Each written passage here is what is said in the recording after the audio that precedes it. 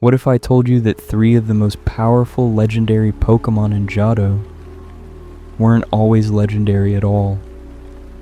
What if those majestic beasts that speed across the land once had trainers?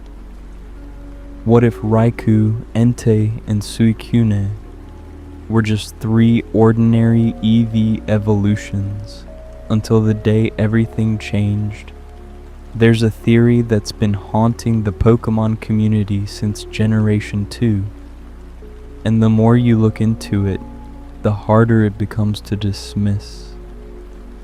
Tonight, we're diving deep into one of Pokémon's most compelling mysteries, the legend of the Burned Tower, and the nameless Pokémon who died there. So here's a question for you before we begin. If you could bring back any Pokémon from the dead, what would it look like when it returned? Would it be the same? Or would it be transformed into something greater? Something legendary? Welcome back to another deep dive, everyone. I'm your host at Slumber Senpai, and tonight we're exploring a theory that connects the dots between Ecruteak City's greatest tragedy and 3 of the most mysterious Pokémon ever created. The connections are everywhere once you start looking, hidden in abilities, stats, design choices, and an entire dance theater dedicated to their memory. This isn't just another Pokémon theory. This is about uncovering what Game Freak might have been trying to tell us all along. Let's start where every good mystery should begin, with a city frozen in time. Ecruteak City stands in northern Johto like a monument to an age-long past. Traditional Japanese architecture dominates every building. Wooden structures with sweeping roofs that seem to belong to another era entirely. But it's not just the aesthetic that makes this place feel ancient. The entire city exists as a living reminder of the region's most significant historical event, an event that would change the course of Johto's legendary Pokémon forever.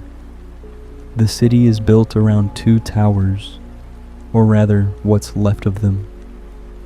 To the northeast stands the Bell Tower, a magnificent 10-story structure that reaches toward the heavens, pristine and untouched by time.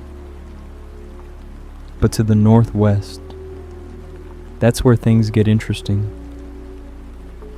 There sits the Burned Tower, a blackened husk of what was once its equal, the Brass Tower. These weren't just any buildings.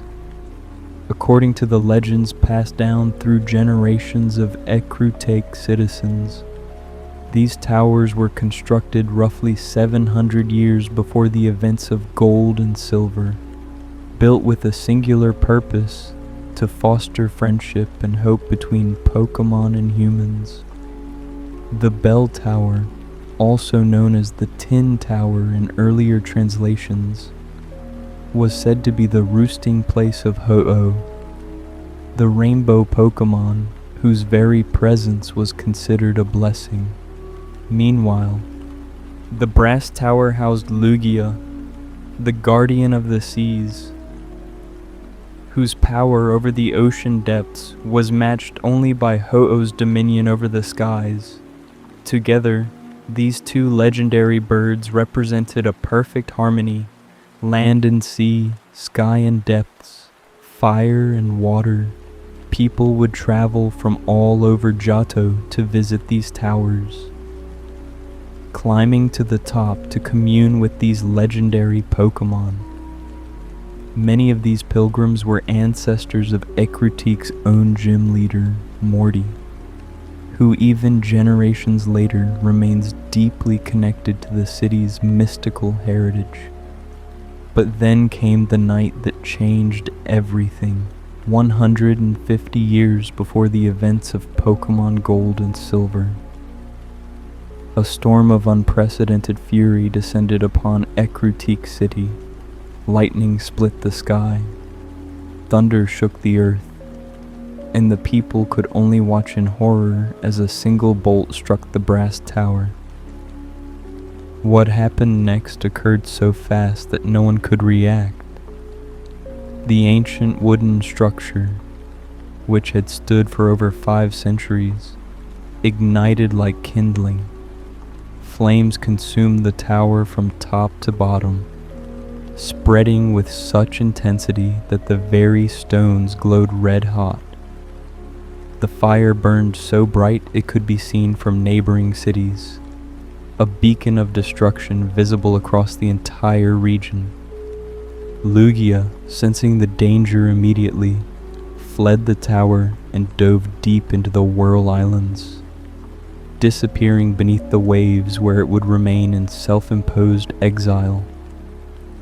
The legendary bird recognized something crucial in that moment. Its own power was too dangerous to remain among humans. One flap of its wings could create storms that lasted 40 days. One cry could summon hurricanes. The risk was too great, so it vanished into the ocean's depths, leaving behind only legends and an empty tower. But Lugia wasn't the only resident of the brass tower that night. As the flames raged and the structure began to collapse, 3 Pokémon remained trapped inside. The exact identity of these Pokémon has never been officially confirmed, and that ambiguity is where our story truly begins. What we do know is this: 3 nameless Pokémon perished in that inferno. Burned, crushed, dead. The people of Ecruteak could only watch in despair as the tower that had stood for centuries crumbled to ash, taking 3 innocent lives with it. And then, after the lightning and fire had done their work, the rain came. A sudden downpour extinguished the flames, leaving behind nothing but smoke, ruins, and tragedy. The storm that had destroyed the brass tower departed as quickly as it had arrived, leaving Ecruteak City to grieve. But death wasn't the end of this story. It was only the beginning. As the rain fell and the ashes cooled, something miraculous appeared in the sky. A rainbow formed above the ruins, and descending along that prismatic bridge came Ho-Oh. The rainbow Pokémon had witnessed the tragedy from its perch atop the bell tower, and now it approached the burned remains of its counterpart's home. Ho-Oh possesses a power that few other Pokémon can claim: the ability to resurrect the dead. This legendary bird, inspired by the mythical phoenix, embodies resurrection, rebirth, and transformation. And on that day, Ho-Oh chose to exercise that divine power, the flames that consumed the tower, the lightning that struck it down, the rain that extinguished the fire.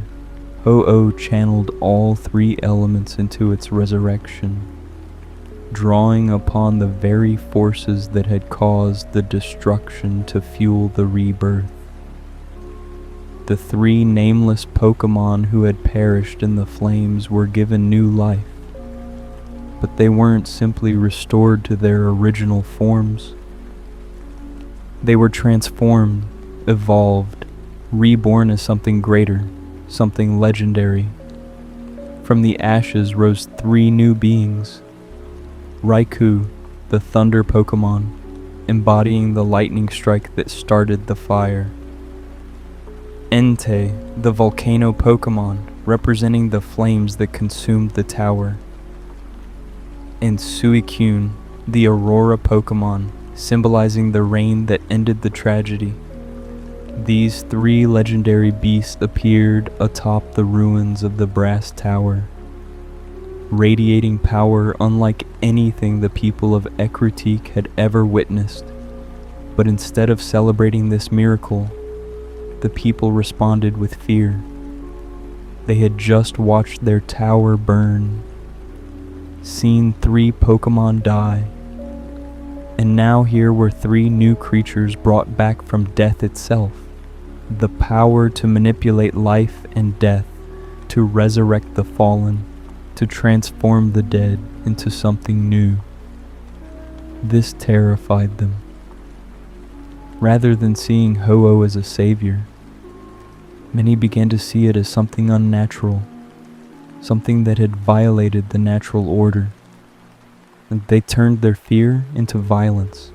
The people of Ecruteak, driven by terror and misunderstanding, attempted to suppress the legendary beasts. They attacked. They tried to contain them, and in doing so, they drove away the very miracles Ho-Oh had granted them. Raikou, Entei, and Suicune, feeling the hostility and knowing their own power, fled Ecruteak City.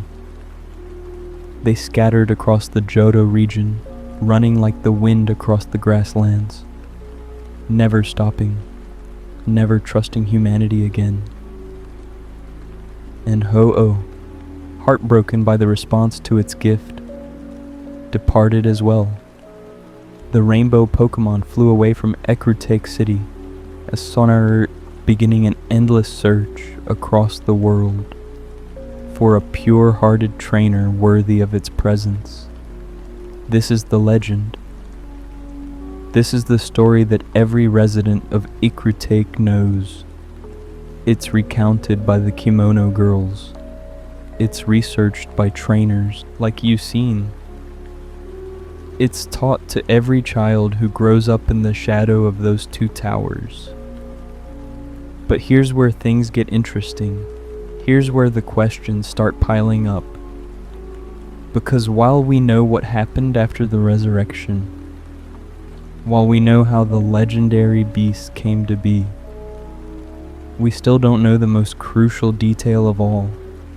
Who were those 3 Pokémon before they died? The games never tell us. The anime offers only ambiguous silhouettes. The legends simply call them nameless. But fans have been piecing together clues for over 2 decades, and those clues all point in one very specific direction. 3 Pokémon, electric, fire, and water types.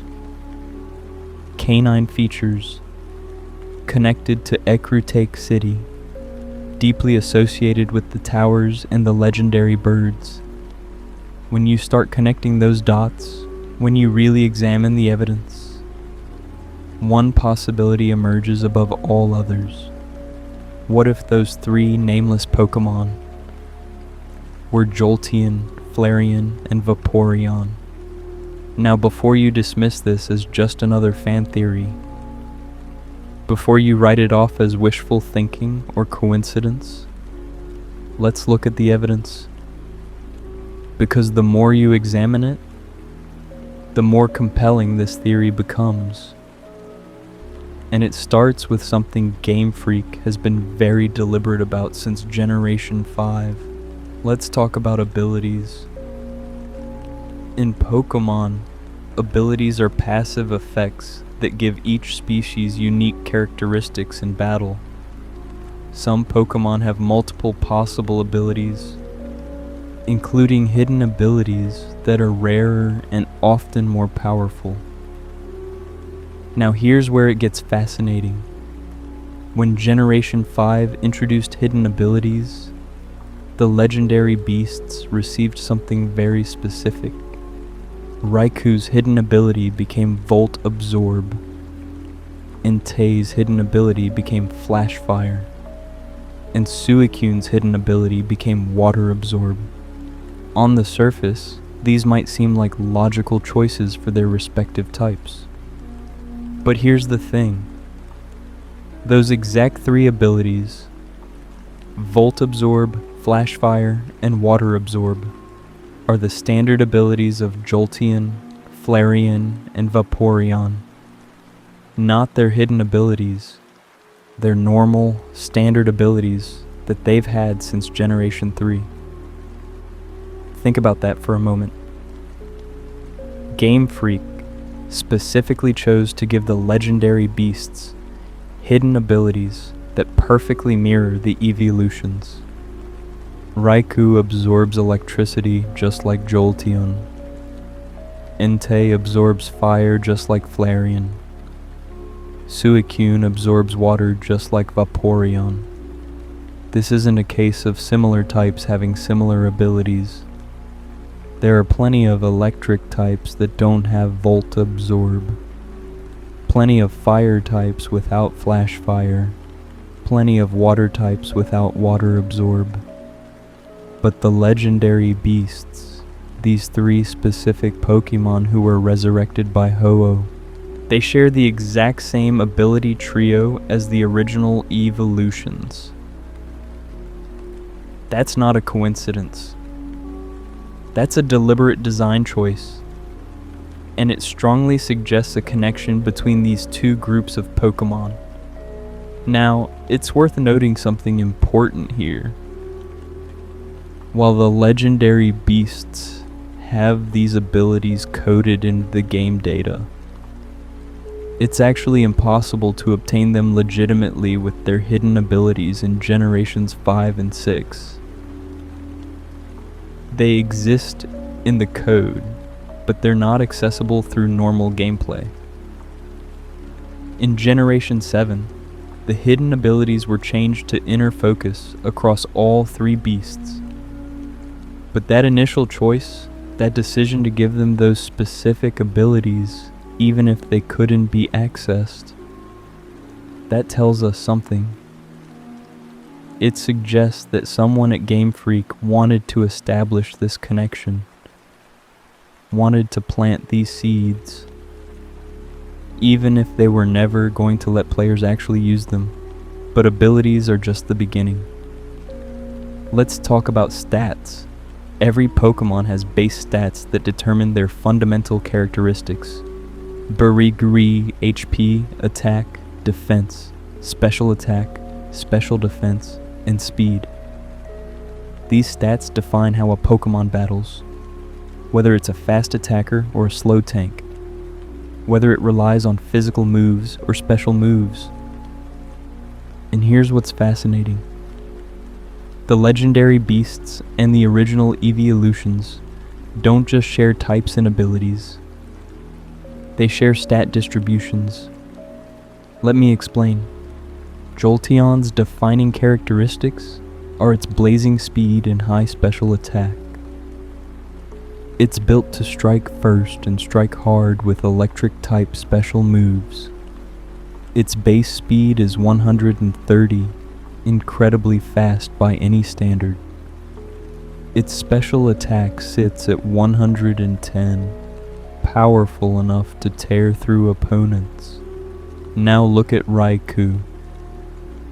Raikou has a base speed of 115, not quite as fast as Jolteon, but still among the fastest Pokémon in the game. Its special attack is also 115. The distribution is remarkably similar. Both Pokémon are built around the same combat philosophy. Speed first, special attacking power second. They fulfill the same role in battle. Fast special attackers that can outspeed opponents and blast them with electric moves. Now let's look at Flareon and Entei. Flareon has always been an odd duck among the Eeveelutions. It has an incredibly high attack stat, 130 base attack, which is exceptional. But its special attack is merely decent at 95. It's built to be a physical attacker in a type that is historically focused on special moves. This gave Flareon a unique identity, but also created some challenges for the Pokémon. Now compare that to Entei.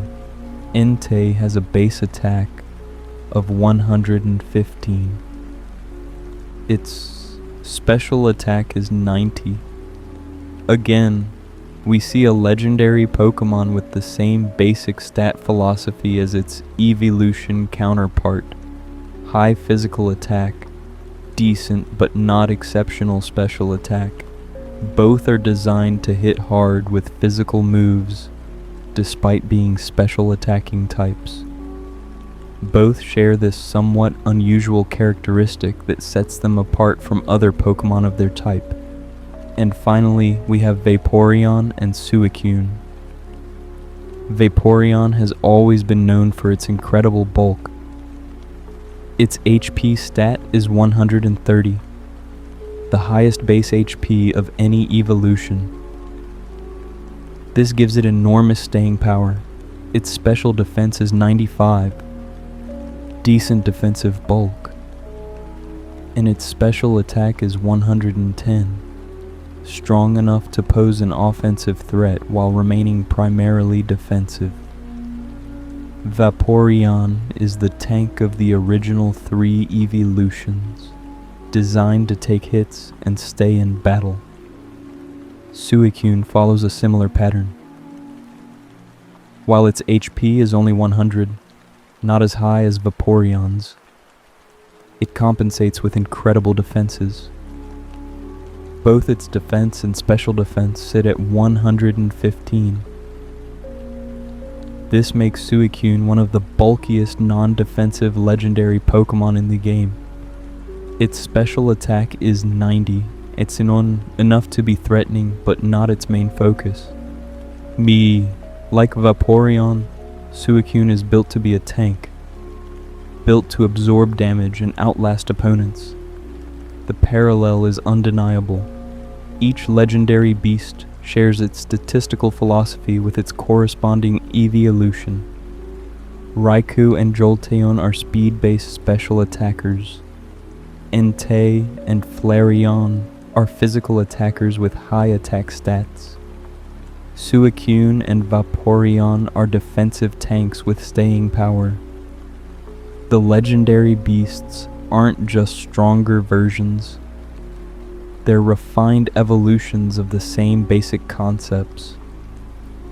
It's as if Ho-Oh took the fundamental nature of each Pokémon, the core of what they were, and amplified it while transforming them into legendary forms. But we're not done with the parallels yet. Let's talk about types. This might seem obvious at first. Of course, Raikou is electric type like Jolteon. Of course, Entei is fire type like Flareon. Of course, Suicune is water type like Vaporeon. But here's what makes it interesting. None of the legendary beasts have a secondary type. They're pure electric, pure fire, pure water. Just like the Eeveelutions. Jolteon isn't electric flying or electric steel. Flareon isn't fire ground or firefighting. Vaporeon isn't water ice or water psychic. They're pure types, and so are the legendary beasts. Now, you might think that's not significant. Plenty of Pokémon are single type. But consider this. Most legendary Pokémon have dual typing. The legendary birds have flying as a secondary type. The legendary golems have their unique combinations. Even Lugia, despite being the guardian of the seas, is psychic flying, not water type at all. Ho-Oh is fire flying, not pure fire. Dual typing is extremely common among legendary Pokémon because it makes them more versatile, more powerful, more distinct, but not the legendary beasts. The legendary beasts are pure types, just like Eeveelutions. And that design choice speaks volumes. It suggests that whatever Ho-Oh did when it resurrected these Pokémon, it didn't fundamentally change their type. It enhanced them. It transformed them. It made them legendary. But at their core, they remained what they always were: electric, fire, water, pure and undiluted. Now let's talk about something more subjective but equally compelling: physical design. All three legendary beasts are quadrupedal mammals with canine and feline features. Raikou resembles a saber-toothed tiger with stripes and lightning-themed accents. Entei looks like a lion with a volcanic motif, complete with a faceplate that resembles a kabuto helmet. Suicune appears to be inspired by a leopard or cheetah with its slender build and flowing mane. They're clearly designed to evoke different big cats and legendary predators. But here's the thing. The Eeveelutions also have canine and feline features. They're deliberately designed to be ambiguous. Not quite dog, not quite cat, not quite fox, but something in between. Jolteon has spiky fur reminiscent of lightning bolts, a pointed face, and an agile, lean body built for speed. It's yellow with white accents. Now look at Raikou, yellow with black stripes, white underside, built for speed and agility. The pointed face and sharp features. The resemblance isn't exact, but the design philosophy is similar. Both evoke electricity through their very appearance. Both have this wild, untamed quality that suggests speed and power. Flareon is fluffy and warm-looking with fur that seems to radiate heat. It's orange and red with cream accents. Its design emphasizes its fire nature through its fur pattern and coloration. Entei is larger and more imposing, but it's also defined by reds and oranges. The color palette is nearly identical. Both have this sense of barely contained heat, of volcanic power waiting to erupt. The main difference is scale and the addition of Entei's distinctive faceplate, but the fundamental design language remains consistent. Vaporeon is the outlier among the original Eeveelutions because it's the only one that isn't fully quadrupedal. It has a mermaid-like tail fin instead of back legs, but its upper body still maintains that mammalian quality. It's blue with white accents. Its design incorporates fins and water-like elements. Suicune is fully quadrupedal, but it shares that blue and white color scheme. It has flowing ribbons of material that resemble water or the aurora borealis. Its hexagonal crest on its forehead adds to its mystical appearance. Both Pokémon evoke water through their design, through their colors and flowing elements. Both have this serene, graceful quality that sets them apart from their more aggressive counterparts. Are these design similarities proof? No. Design parallels can be coincidental. Color schemes are often dictated by type. Blue for water, yellow for electric, red for fire. These are natural choices. But when you combine the design similarities with everything else, the abilities, the stats, the pure typing, the connection to Ecruteak City, the pattern becomes harder to dismiss. Speaking of Ecruteak City, we need to talk about the Kimono Girls. The Ecruteak Dance Theater is one of the most distinctive locations in Johto. 5 women dressed in traditional kimonos perform there, practicing ancient dances and battling trainers who challenge them. These aren't just random NPCs. The Kimono Girls play a crucial role in the games, especially in Heart Gold and Soul Silver. You encounter them throughout your journey. Zuki in Violet City. Nyoko lost in Ilex Forest. Mickey being harassed by Team Rocket in the dance theater. Kuni during the radio tower incident, Sayo stuck on ice in the ice path, and after you've collected all 8 badges and received the Master Ball from Professor Elm, you must battle all 5 of them consecutively in the Ecrutake Dance Theater. Now here's what's crucial. Each Kimono girl specializes in an Eeveelution. Naoko has Vaporeon, Sayo has Jolteon, Miki has Flareon, Zuki has Umbreon, and Kuni has Espeon. All 5 of the Eeveelutions that existed in Generation 2. And this isn't a one-time thing. This has been consistent since Gold and Silver. The Kimono girls have always used Eeveelutions. Always, in Heart Gold and Soul Silver, after you defeat all 5 Kimono girls, they perform a ritual dance. The dance differs depending on your game version. In Heart Gold, they dance clockwise to summon Ho-Oh. In Soul Silver, they dance counterclockwise to summon Lugia. These 5 women, these keepers of Ecrutake's traditions, are directly connected to the legendary birds. They maintain the ancient customs. They preserve the memory of what happened at the Brass Tower. And they do all of this while exclusively using Eeveelutions. Think about the symbolism here. The Kimono girls represent Ecrutake's cultural memory. They're the living link to the city's past. Their dance theater stands as a monument to tradition, and they choose to honor that tradition by using the evolutions of Eevee,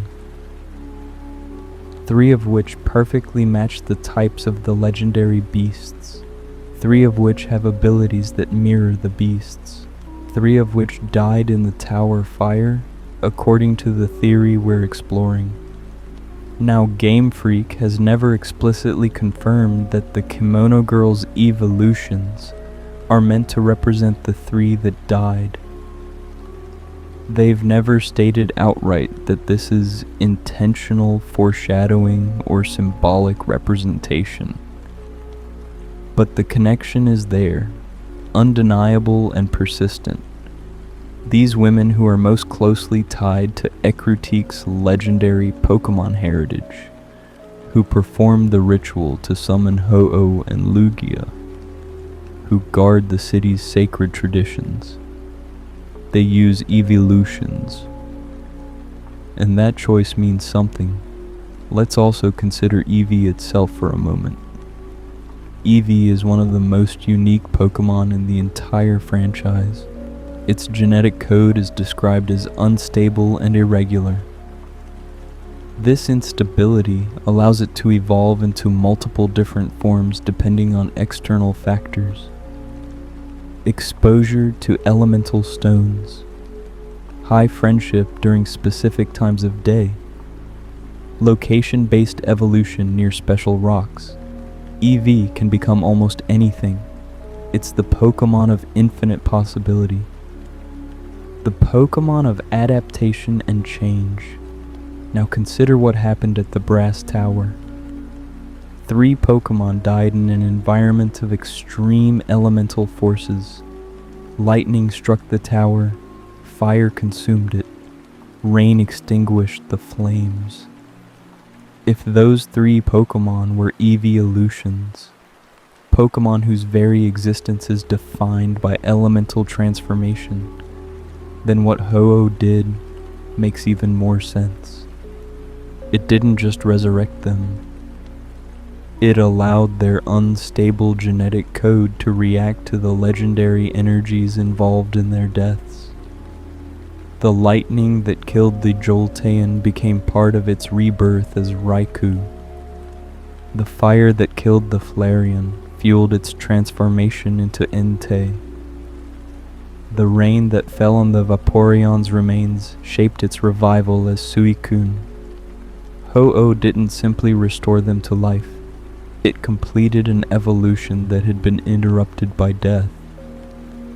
It used its legendary power to push Eevee's genetic instability to its absolute limit, creating new forms that transcended what normal evolution could achieve. The result was legendary Pokémon that maintained the core characteristics of their previous forms. The abilities, the stat distributions, the type affinities, but elevated to something greater, something that could embody the very forces that had killed them. This also explains something that's always been a bit odd about the legendary beasts. They're described as embodying the lightning, fire, and rain that destroyed the brass tower. Raikou is supposed to represent the lightning bolt that struck the tower. Entei embodies the fire that burned it down. Suicune symbolizes the rain that put out the flames. But here's the thing. Those events happened in a specific order.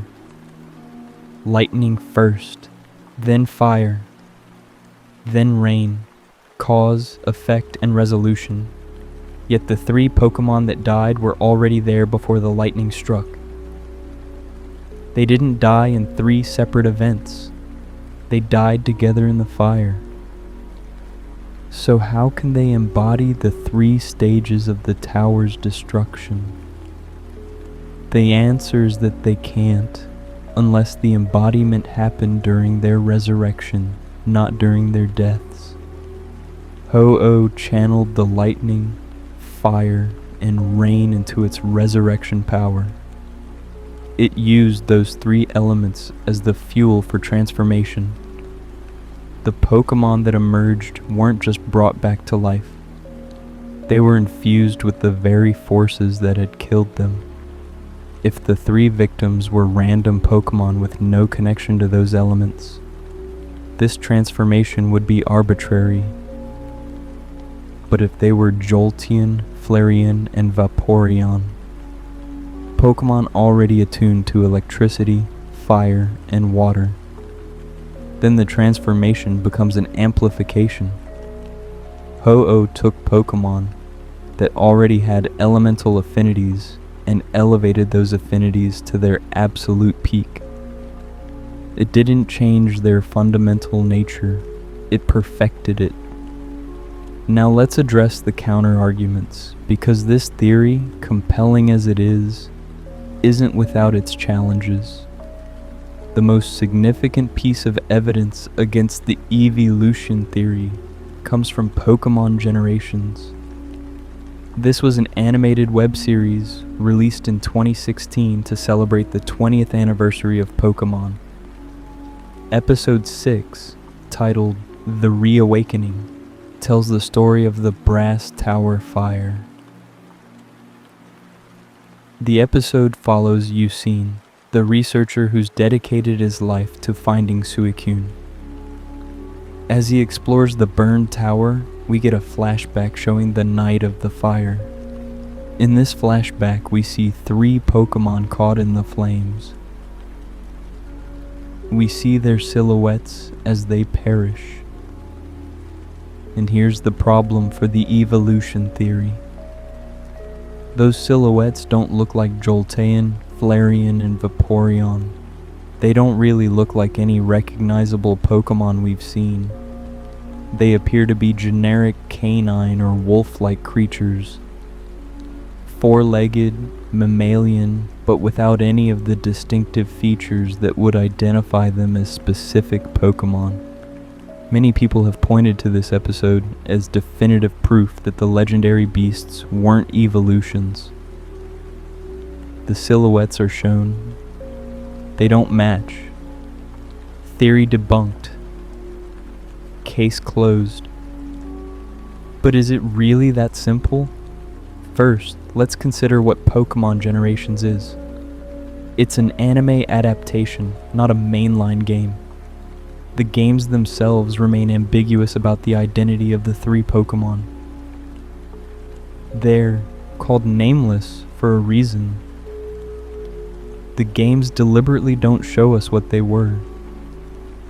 Pokémon Generations made a choice to visualize them as generic dog-like creatures. But that's one interpretation among many possible options. It's not necessarily more canonical than any other possibility. Second, those silhouettes are intentionally vague. They're shown in shadow, in firelight, in the chaos of the burning tower. They're generic on purpose. If the creators wanted to definitively establish what those three Pokémon were, they would have shown them clearly. They would have given us recognizable features, distinctive characteristics, something concrete. Instead, they gave us ambiguous shapes that could represent almost anything. That ambiguity suggests that even the anime creators wanted to preserve the mystery rather than solve it. Third, and most importantly, those silhouettes might not be showing us what the Pokémon actually looked like. They might be symbolic representations. Think about it from a storytelling perspective. If you're creating an animated episode about a legend that's been passed down for 150 years, how do you visualize it? Do you show exact photorealistic depictions of specific Pokémon? Or do you show mythologized versions? Simplified, archetypal forms that represent the legend rather than the literal truth? The silhouettes in Pokémon Generations could be how the legend is remembered and told, not necessarily how it actually happened. They're the myth, not the history. This interpretation is supported by the way the episode presents the story. We're not watching events unfold in real time. We're watching Yucine recount a legend. We're seeing his mental visualization of events that happened long before he was born. It's filtered through cultural memory, through storytelling, through 150 years of oral tradition. Of course, the details would be simplified. Of course, the specific identities would be lost. That's how legends work. Additionally, there's a narrative reason why Game Freak might want to keep the identities ambiguous, even in adaptations. If they explicitly confirm what the three Pokémon were, whether it's Eeveelutions or anything else, they close off the mystery. They provide a definitive answer. And once you have a definitive answer, the speculation stops. The theory crafting ends. The community discussions fade. But by keeping it ambiguous, by never quite confirming or denying, they keep the mystery alive. They keep people talking about it, debating it, exploring it. And that ongoing engagement is valuable. It keeps the lore alive and relevant. So while Pokémon Generations does provide evidence against the evolution theory, it's not conclusive evidence. It's one interpretation that chose to leave the question unanswered rather than settled. The mystery remains.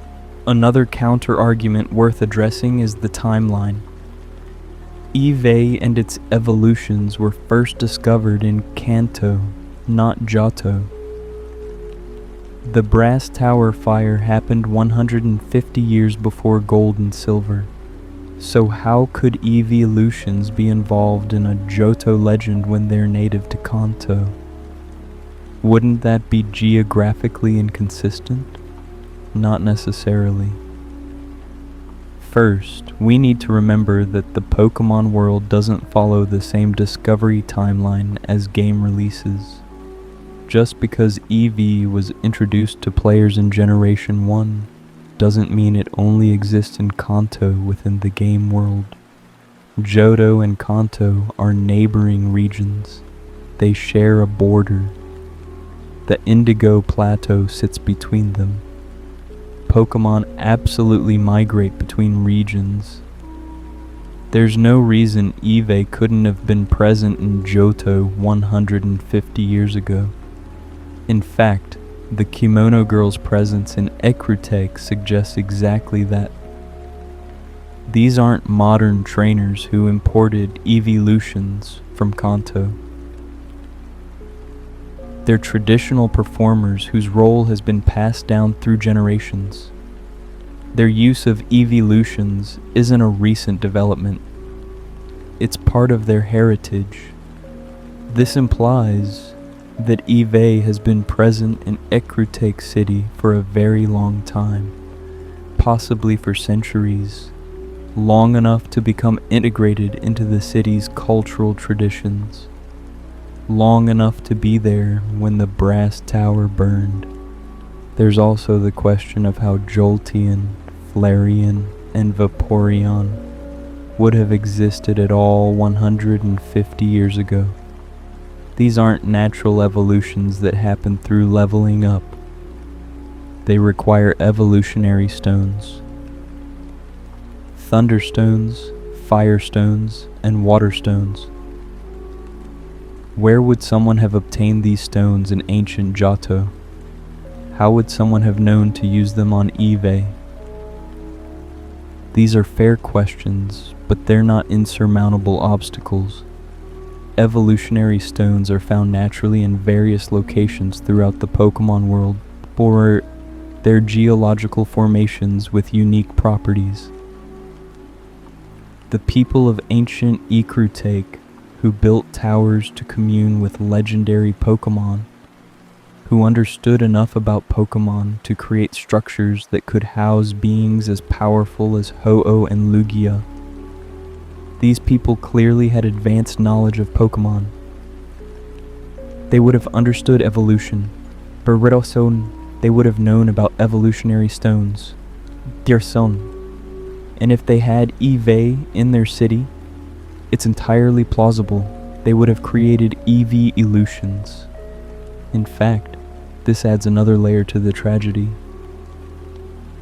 If the 3 Pokémon that died were Eeveelutions, they weren't wild creatures. They were someone's partners. Someone had caught an Eevee and carefully evolved it with a Thunderstone. Someone had done the same with a Firestone and a Waterstone. These were trained Pokémon, beloved companions, and they died in the fire, unable to escape. The horror of that loss becomes even more profound if they weren't just nameless wild Pokémon, but cherished partners who died because they were in the wrong place at the wrong time. This brings up another interesting question.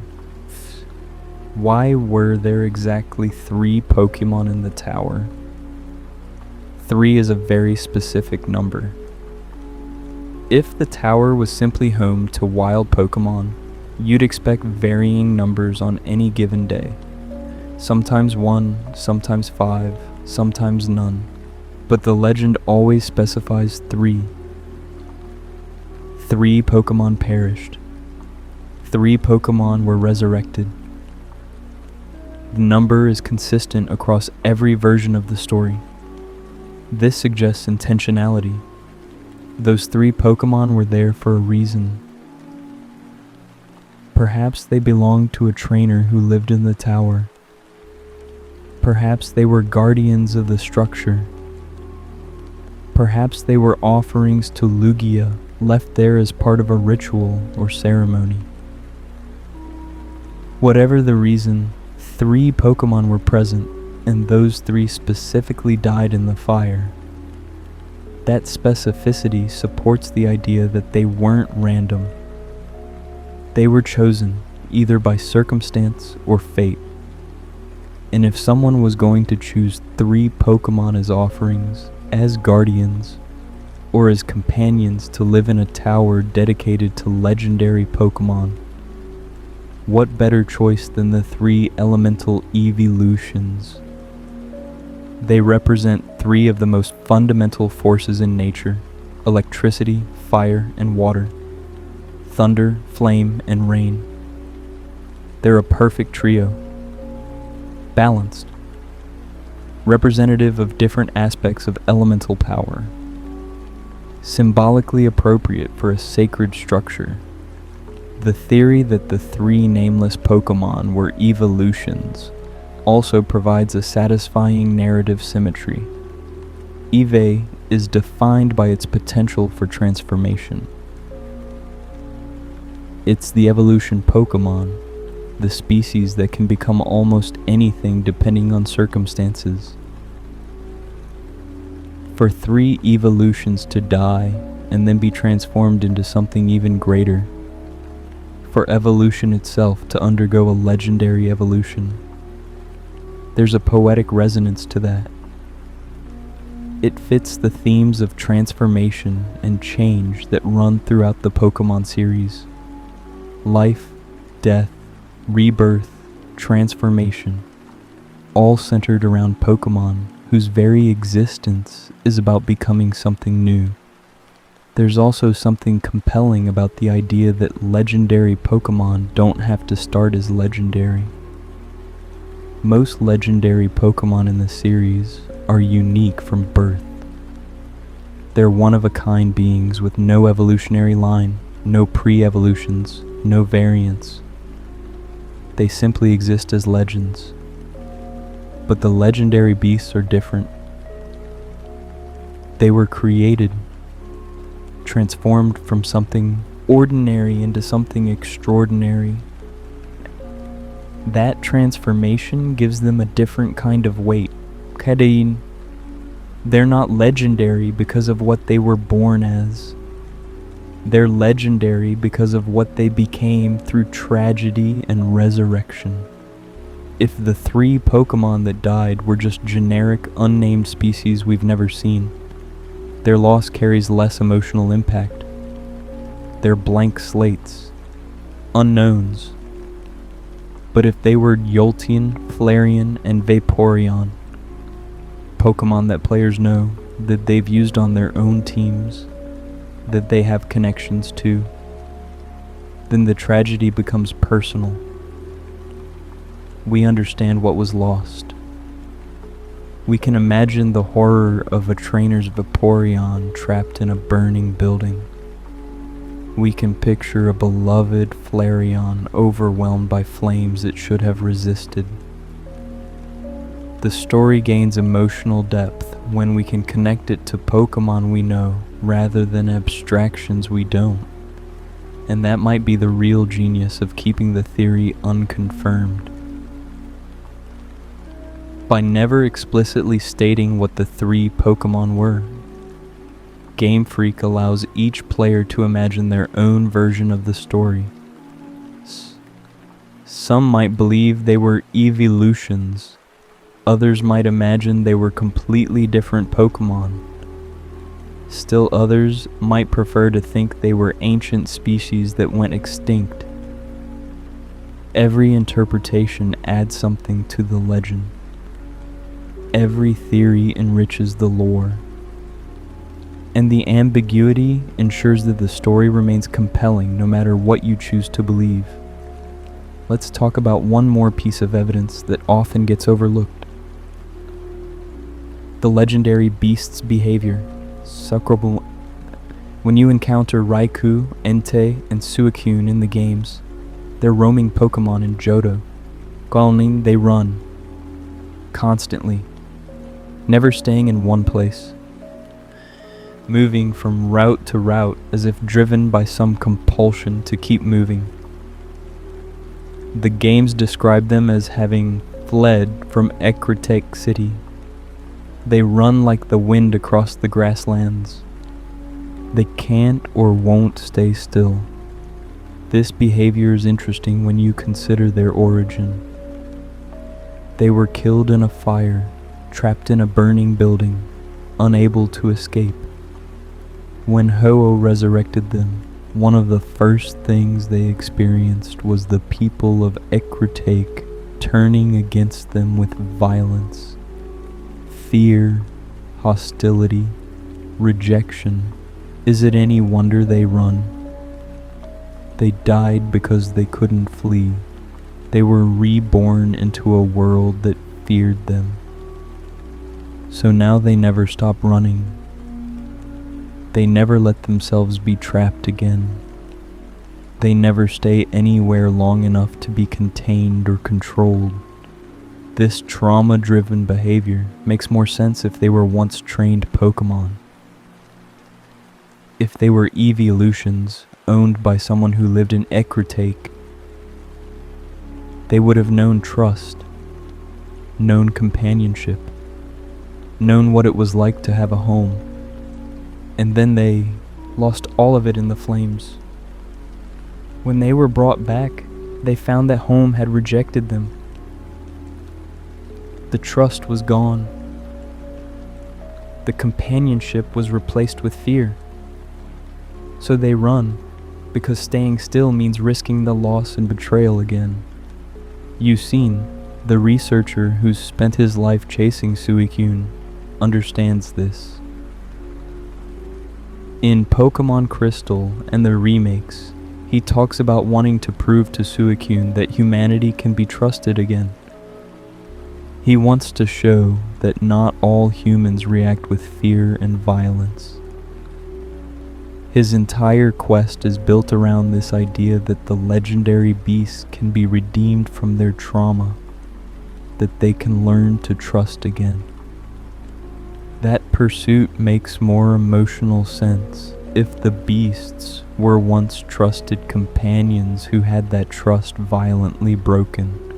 Yusin isn't just trying to catch a legendary Pokémon, he's trying to heal 150 years of hurt. Now, I want to be completely clear about something. Nothing I've presented here is official confirmation. Doridius Nalabario, Game Freak, has never explicitly stated that the 3 Pokémon who died in the Brass Tower fire were Jolteon, Flareon, and Vaporeon.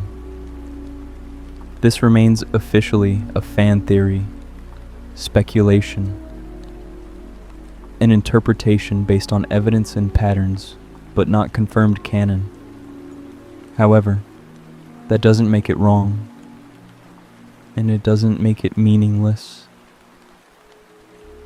One of the most beautiful things about Pokémon storytelling is that it often works through implication rather than exposition. The games give you pieces of a puzzle and let you put them together yourself.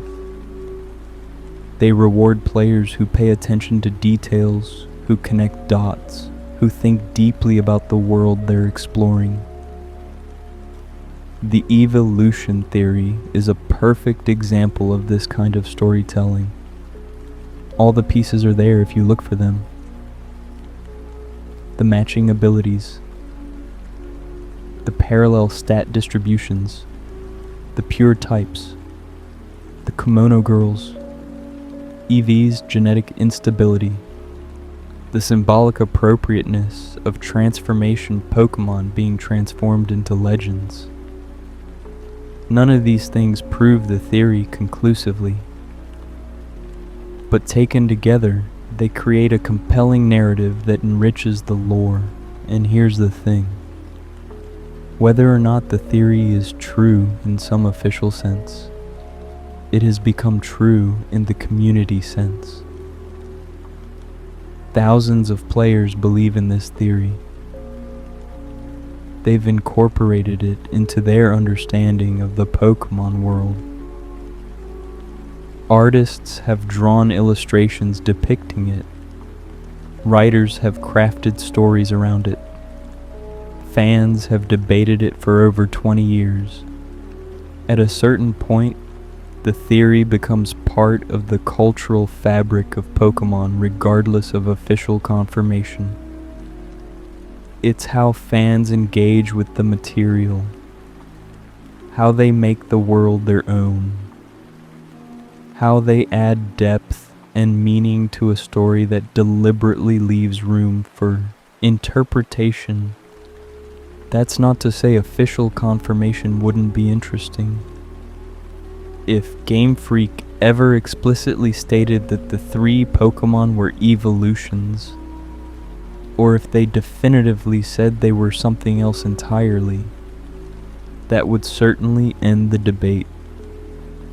It would answer the question once and for all. But would it actually improve the story? Or would it remove some of the magic that comes from mystery, from speculation, from the community coming together to explore possibilities? I'm not sure there's a right answer to that question. Some mysteries are better left unsolved. Some questions are more interesting than any answer could be. The identity of the 3 nameless Pokémon might be one of those questions. What we do know, without question, is that the Burn Tower legend is one of the most compelling pieces of lore in the entire Pokémon series. It deals with themes of death and resurrection, fear and understanding, loss and hope. It shows us that even legendary Pokémon can have tragic origins, that power can come from suffering, that transformation often requires sacrifice. And whether those 3 Pokémon were evolutions or something else entirely, their story matters. Their death sparked the creation of 3 of the most iconic legendary Pokémon in the franchise. Their resurrection set in motion events that define Johto's legendary encounters. Their rejection by humanity drives their behavior and motivations 150 years later. The legend of the Brass Tower isn't just backstory. It's the foundation of Johto's identity as a region. It's why Ekritique feels different from every other city. It's why the towers stand as monuments to what was lost and what endures. It's why the Kimono Girls preserve their traditions. It's why Yucine dedicates his life to chasing a Pokémon he's seen only once. It's why the legendary beasts roam the grasslands instead of finding a home. Everything connects back to that one night of fire and lightning and rain. And if that fire claimed 3 evolutions, if Jolteon, Flareon, and Vaporeon were transformed by Ho-Oh's sacred power into Raikou, Entei, and Suicune, then the story gains even more weight. It becomes a story about how ordinary things can become extraordinary through tragedy, how death doesn't have to be an ending, how even the deepest pain can be transformed into something powerful and beautiful. The Eeveelutions represent potential and choice. The legendary beasts represent destiny and power. The transformation from one to the other is the transformation from possibility to legend. From choosing who you want to be to becoming who you must be. That's a powerful narrative. And whether it's officially true or just a beautiful theory, it's a narrative worth exploring, worth believing in, worth celebrating. So where does that leave us? After examining all the evidence, considering all the arguments, exploring every angle of this theory, what's the conclusion? The truth is, there might not be a single conclusion. The beauty of the Burn Tower legend is that it invites interpretation. It rewards thoughtful analysis. And it respects the intelligence of players enough to let them draw their own conclusions. Game Freak has given us all the tools we need to explore this mystery. The matching abilities that connect the beasts to the Eeveelutions, the parallel stat distributions that echo across both trios, The kimono girls who honor tradition by using Eevee's evolutions. The symbolism of transformation, Pokémon being transformed into legends. The narrative weight of tragedy creating something legendary. All of these pieces exist in the games, deliberately placed by developers who understood that players would find them and connect them. Whether those connections were intended to prove the evolution theory or simply to create intriguing parallels, the result is the same. A mystery that has captivated the Pokémon community for over 2 decades. A legend within a legend. A question that becomes more interesting the longer it remains unanswered. And maybe that's the point. Maybe the identity of the 3 nameless Pokémon is less important than what their story represents. Loss and hope. Death and resurrection. Fear and understanding. The belief that even in our darkest moments, something beautiful can be born from tragedy. That's a message that resonates regardless of whether those 3 Pokémon were evolutions or something else entirely. But if you ask me personally, after researching this topic extensively, examining every detail, considering every argument, do I believe the legendary beasts were once Jolteon, Flareon, and Vaporeon? Yeah, I do. The evidence is too consistent to ignore. The parallels are too precise to be coincidental. The narrative resonance is too perfect to be accidental. Game Freak might never officially confirm it. They might prefer to keep the mystery alive rather than solve it. But the breadcrumbs are there. The story is there. All we have to do is choose to see it. And isn't that what makes Pokémon so special? It's a world where ordinary creatures can become extraordinary, where friendship can transcend death, where legends are born from tragedy, where a simple Eevee, given the right circumstances, can become something legendary. That transformation, that possibility, that hope, that's what the series has always been about. The legendary beasts of Johto carry that message in everything they are. In their abilities that echo the Eeveelutions, in their stats that mirror their possible past forms, in their behavior that speaks to trauma and loss, in their very existence as proof that death doesn't have to be an ending. They run across the grasslands of Johto, these 3 magnificent creatures born from fire and loss. And maybe, just maybe, they still remember what it was like to be smaller, weaker, ordinary. Maybe in their hearts, they still remember being Eeveelutions before the night everything changed. And if that's true, if the legendary beasts really are the transformed souls of 3 Eeveelutions who died in the Brass Tower fire, then every time we encounter them in the games, we're witnessing something profound. We're seeing resurrection made manifest. We're watching living proof that tragedy can be transformed into legend. We're meeting Pokémon who died and came back stronger, fiercer, more powerful than ever before. That's a story worth telling. That's a theory worth believing in. And that's a legend that will continue to fascinate Pokémon fans for generations to come. Let's dive even deeper into this mystery. Because there's so much more to explore about each individual legendary beast, about their unique characteristics, and about how they each tell a piece of this larger story. Let's start with Raikou, the Thunder Pokémon. Raikou is described in the Pokédex as embodying the speed of lightning, When it roars, it's said to send shockwaves through the air. Thunder crashes when it lands from a leap. This Pokémon races across the land, and the sound of its approach is like thunder echoing through the hills.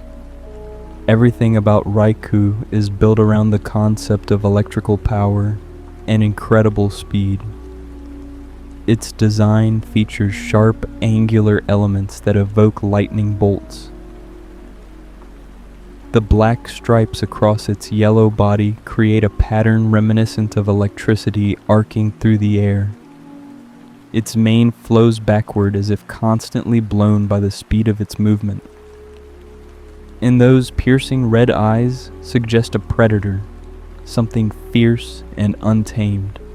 In battle, Raikou is a special attacker that relies on its incredible speed. Base 115 speed makes it faster than most Pokémon in the game. Combined with base 115 special attack, Raikou can strike first and strike hard. Its signature move in the early games was Spark, though it's most associated with powerful electric type attacks like Thunderbolt and Thunder. Raikou can learn Crunch, giving it coverage against Psychic and Ghost types. It can use Calm Mind to boost its special stats. And of course, it has access to moves like Rain Dance, which synergizes with Thunder's perfect accuracy in rain. But here's what's interesting about Raikou's move pool. It learns several moves that don't immediately make sense for a pure electric type. It can learn moves like Extrasensory, suggesting psychic potential. It gets Aura Sphere through tutoring in some games. And it has access to Weather Ball, a move that changes type based on the weather. This versatility suggests something deeper about Raikou's nature. It's not just an electric type that happens to be powerful. It's a Pokémon that is adapted to multiple situations, that has learned to be more than its type suggests. Now compare that to Jolteon. Jolteon's move pool has similar versatility. It learns Pin Missile, a bug type move. It can use Shadow Ball for ghost type coverage. It gets Weather Ball through leveling up. Both Pokémon share this characteristic of being primarily electric types that have surprising coverage options. Both can adapt their strategy beyond what their typing suggests they should be capable of. If Raikou really is a transformed Jolteon, then this moveset similarity makes perfect sense. The legendary form retained the adaptability and versatility of its previous form. There's also Raikou's stat distribution to consider again. While we touched on this earlier, it's worth examining in more detail. Raikou has 100 base HP. That's decent, giving it some survivability. Its attack stat is 85. Not particularly high, suggesting it's not meant for physical attacks. Defense is 75, which is somewhat low. Special attack and speed are both 115, its strongest stats. And special defense is 100, giving it decent bulk on that side. Compare this to Jolteon. 65 base HP, significantly lower than Raikou's. 65 attack, also lower. 60 defense, lower still. But then 110 special attack, and 130 speed. The pattern is clear. Jolteon sacrifices everything for speed and special attack. It's a glass cannon, built to strike fast and hard, but unable to take many hits. Raikou takes that same philosophy and adds survivability. The HP increased by 35 points. The defenses went up by 10 to 15 points across the board. But the core identity remained: speed-based special attacker. It's as if Ho-Oh took Jolteon's fundamental nature and reinforced it, gave it the durability needed to survive as a legendary Pokémon, while keeping the essential characteristics intact. There's also something poignant about Raikou specifically being the embodiment of the lightning that struck the tower. Lightning is sudden, violent, and unstoppable. It was the lightning that started the entire tragedy. The bolt that struck the brass tower set everything else in motion. If Raikou was once a Jolteon that died in the fire caused by that lightning, then being reborn as the embodiment of the very force that killed it carries heavy symbolism. The victim becomes the manifestation of what destroyed it. The Pokémon that died by lightning is brought back as living lightning. There's dark poetry in that transformation. And then there's Raikou's behavior in the games. It roams Johto ceaselessly. When you encounter it, it flees immediately unless you use Mean Look or a similar trapping move. It's described as being wary of humans, never staying in one place, always moving. This makes sense for a Pokémon that died trapped in a burning building. It died because it couldn't escape. Now, in its new form, it never stops running. It never lets itself be cornered. The trauma of that death shaped its behavior in its new life. Let's move on to Entei, the volcano Pokémon. Entei is a beast of raw power and primal fury. Its design evokes a lion, the king of beasts, combined with volcanic imagery. The brown coloring suggests earth and stone. The red and yellow accents evoke magma and flame. Its faceplate resembles a kabuto, a traditional Japanese helmet, giving it a warrior aesthetic. The smoke that rises from its back suggests constant smoldering heat. Everything about Entei communicates power, nobility, and barely contained volcanic force. According to Pokédex entries, Entei is born whenever a new volcano appears. When it roars, a volcano erupts somewhere in the world. It can shoot flames hotter than magma from its mouth. It races across grasslands at incredible speeds, creating clouds of dust in its wake. Entei embodies not just fire, but volcanic fire specifically, not the controlled flame of a campfire or the destructive fire of a forest blaze. Volcanic fire. Primal fire from the earth itself. The fire that creates and destroys in equal measure. In terms of stats, Entei is interesting because it's the most physically oriented of the three legendary beasts. It has 115 base HP, the highest of the trio. 115 attack, tied for its highest stat with HP. 85 defense, moderate. 90 special attack, decent but not exceptional. 75 special defense, lower than you might expect. And 100 speed, fast but not blazing like Raikou. The emphasis is clearly on physical offense and HP. Entei is built to be a physical attacker that can take hits and keep going. It's the bruiser of the legendary beasts, the one that stands and fights rather than dancing around with speed. And this mirrors Flareon perfectly. Flareon has 130 base attack, the highest attack stat of any evolution at the time of its introduction. It's built to be a physical attacker. The problem is that fire-type moves were special in generations 1 through 3 due to the physical special split working differently. This made Flareon somewhat awkward to use competitively, but the intention was clear. Flareon was designed to hit hard with physical moves.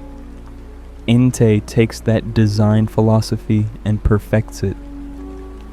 It has access to strong physical fire moves like Flare Blitz and Fire Fang. It can use Sacred Fire, a move that was originally exclusive to Ho-Oh.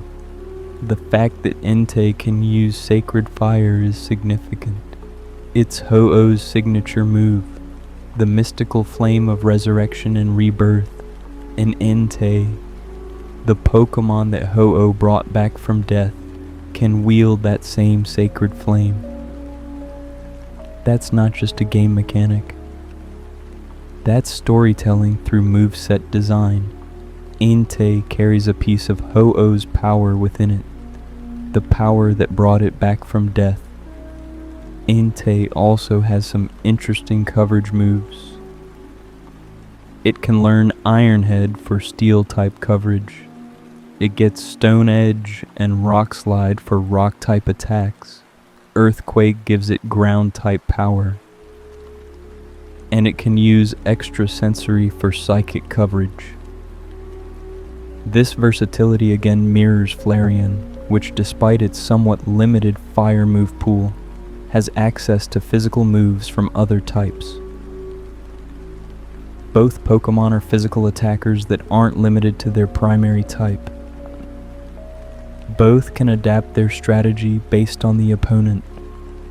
The symbolism of Entei embodying the fire that burned the tower is particularly striking. Fire is what killed the 3 Pokémon. The brass tower burned so hot that the stones glowed red. The flames consumed everything.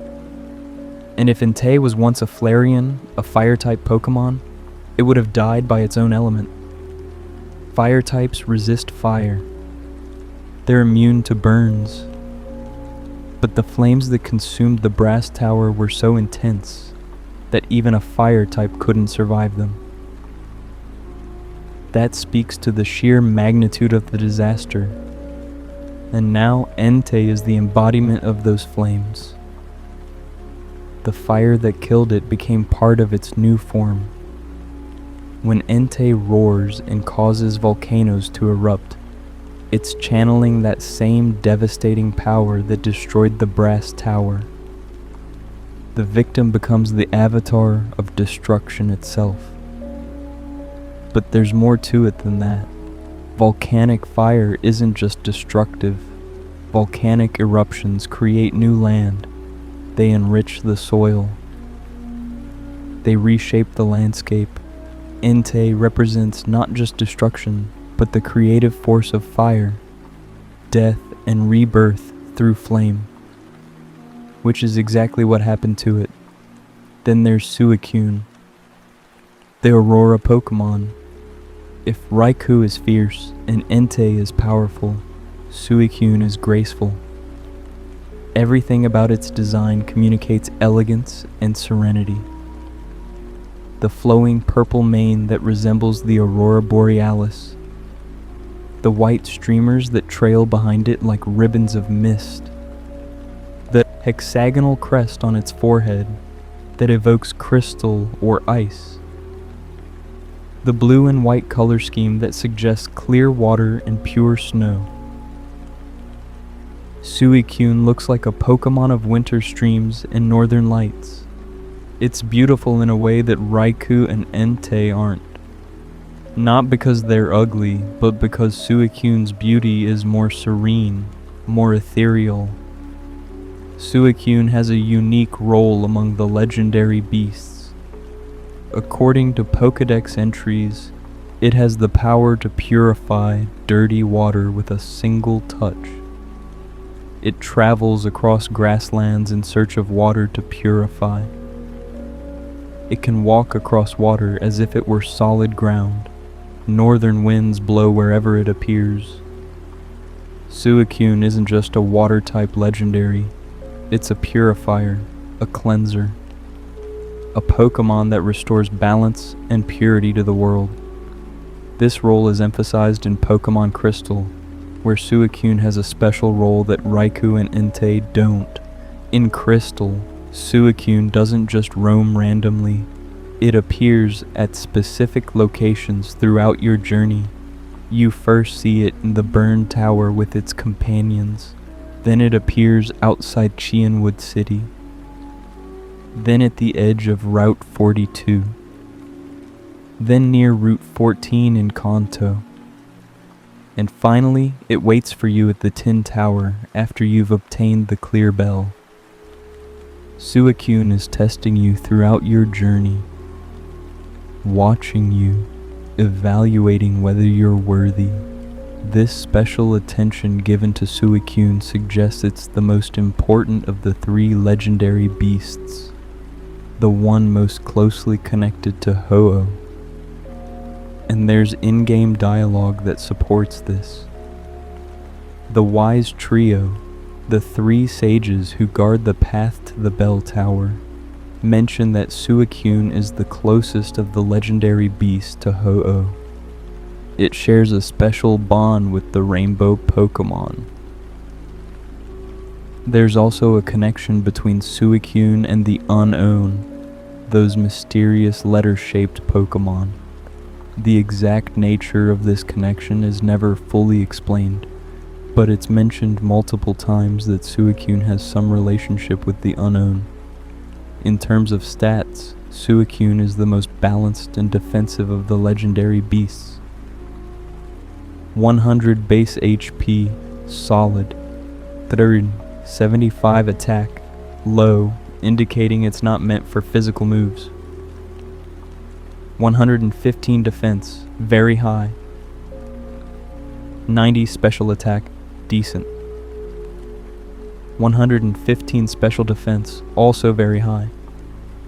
And 85 speed, the slowest of the trio, but still respectable. Suicune is a wall.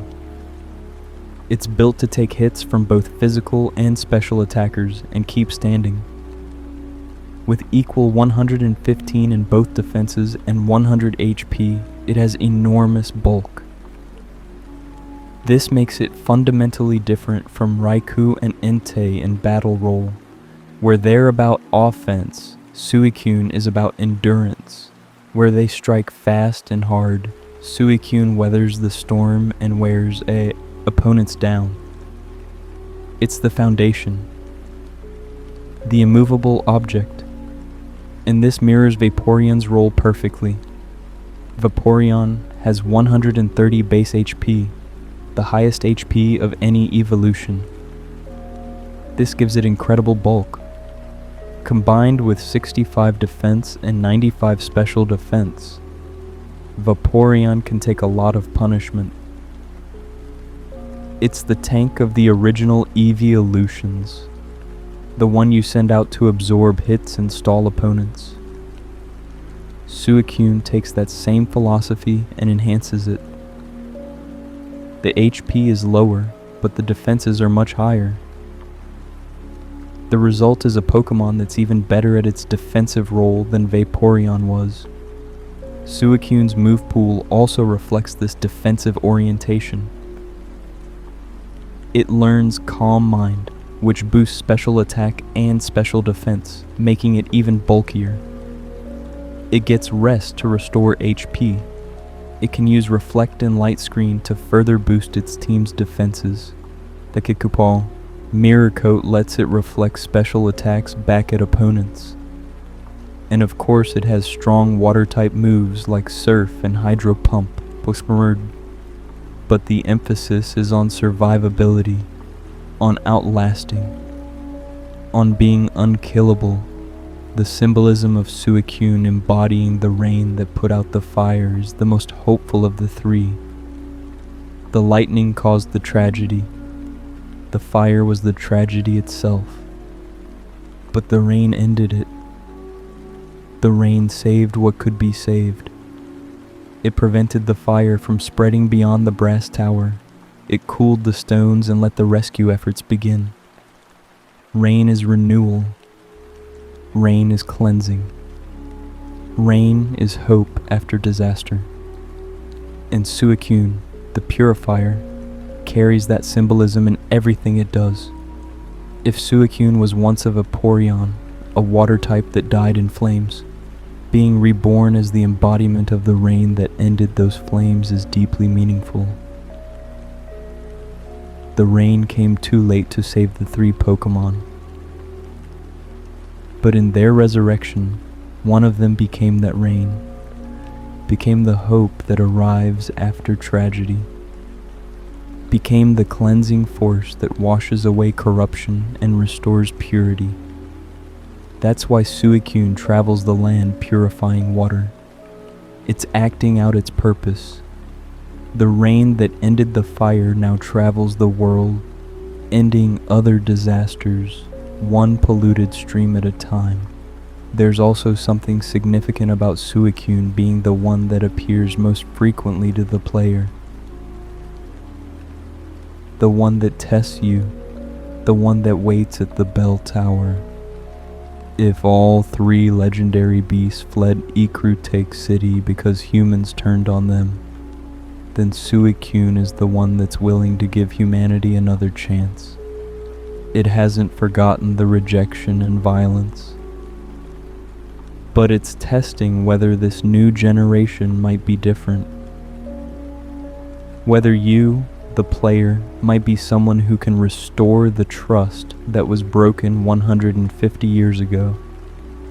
Yucin's entire character arc revolves around this.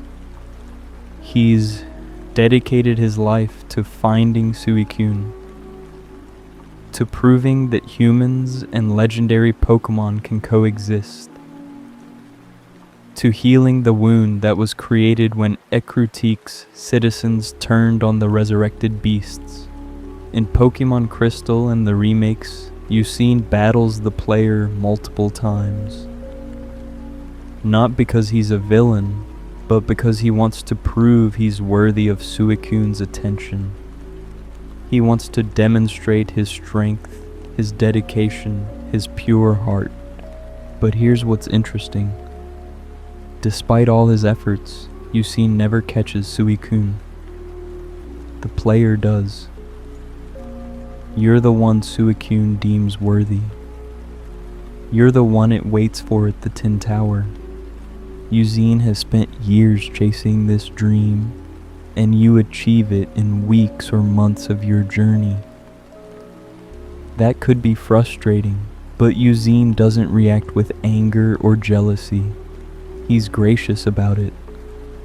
He acknowledges that you're the pure-hearted trainer that Suicune was looking for. This is important because it shows Yucine's true character. He doesn't want to catch Suicune for glory or power. He wants to prove that the bond between humans and Pokémon can be restored.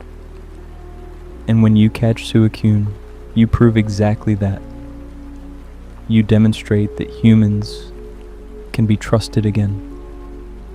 That not everyone will react with fear and violence.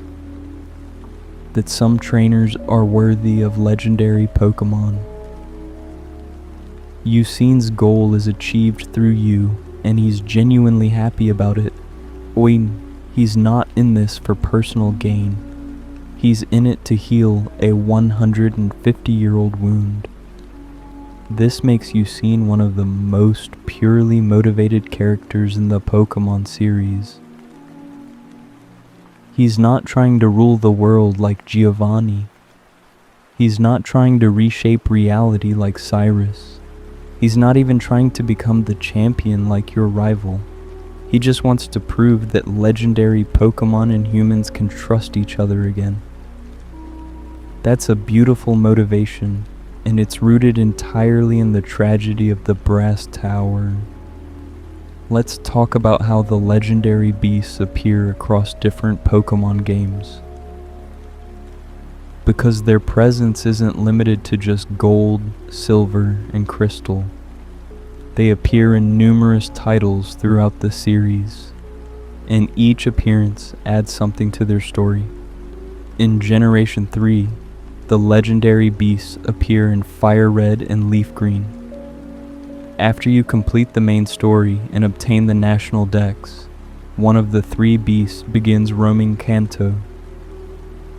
Which one appears depends on your starter Pokémon. If you chose Bulbasaur, Entei appears.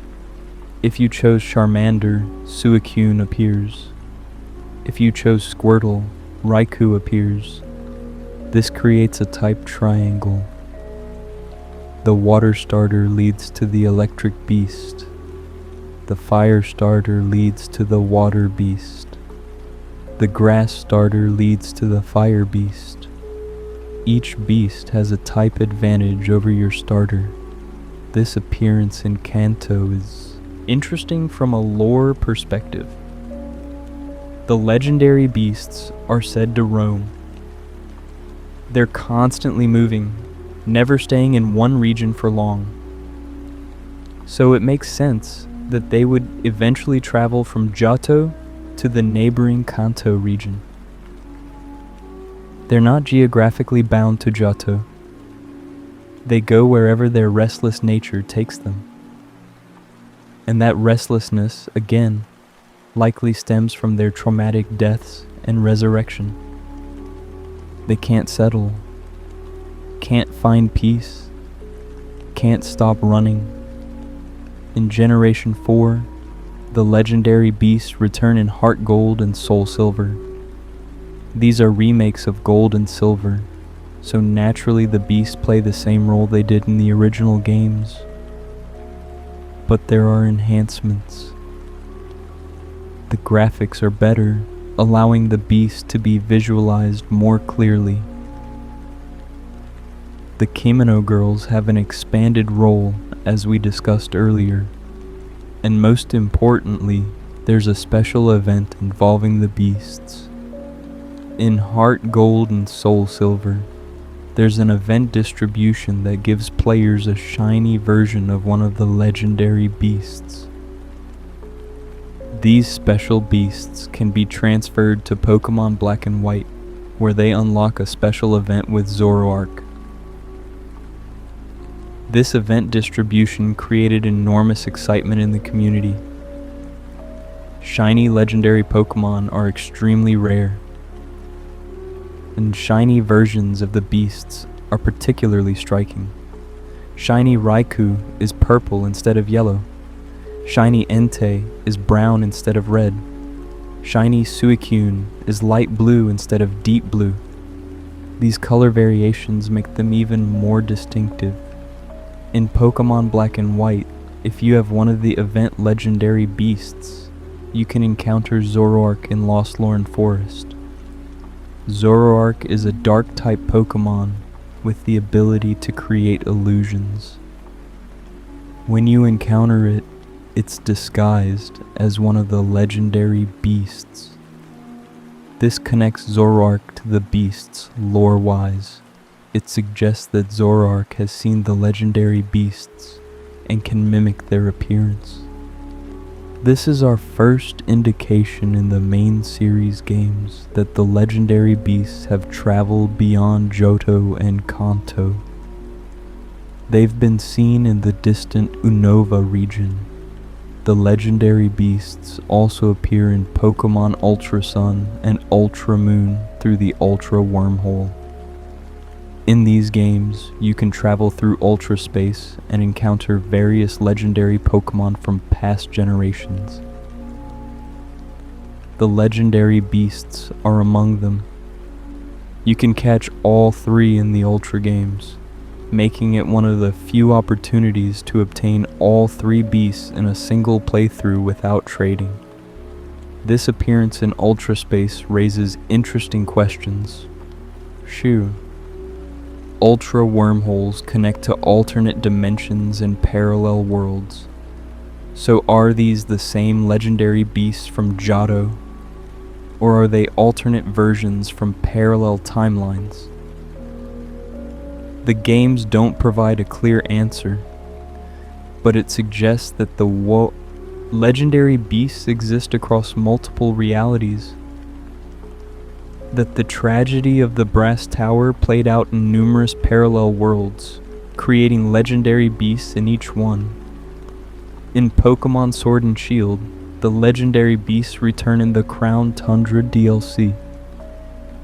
They appear in Dynamax Adventures, special raid-like encounters where you team up with NPCs or other players to catch legendary Pokémon. You navigate through a series of battles, choosing a path through a cave system until you reach a legendary Pokémon at the end. Any of the three beasts can appear as the final encounter. This is significant because it places the legendary beasts in Galar, yet another region far from Johto. They truly are roaming Pokémon, not bound by geography or regional barriers. They run, and their running has taken them across the entire Pokémon world. From Johto to Kanto to Unova to Alola to Galar, always moving, never settling. Still running from that night 150 years ago when they died and were reborn. The legendary beasts also appear in Pokémon Legends Arceus. This game takes place in ancient Hisui, which later becomes the Sinnoh region. It's set centuries in the past. And in this ancient era, all three legendary beasts can be encountered and caught. This is particularly interesting because Legends Arceus occurs in a different region and a different time period. The legendary beasts in Hisui might even predate the Brass Tower fire, or they might be the same beasts, having traveled to Hisui in their endless roaming. The timeline gets complicated here. If the Brass Tower burned 150 years before Gold and Silver, and Legends Arceus is set even further back in time, then how can the legendary beasts exist in Hisui? There are a few possibilities. First, the Legends Arceus versions might be from an alternate timeline or dimension, similar to the Ultra Space versions. Second, they might be different individuals of the same species, suggesting that Ho-Oh has resurrected multiple trios of Pokémon throughout history. Third, the timeline might not be as linear as we think, and the beasts roaming might transcend normal temporal boundaries. Any of these explanations work within Pokémon's increasingly complex multiversal cosmology. The introduction of ultra wormholes, alternate timelines, and time travel has made the series' lore more flexible and complex. But regardless of the exact explanation, the presence of the legendary beasts in Legends Arceus reinforces their status as eternal wanderers.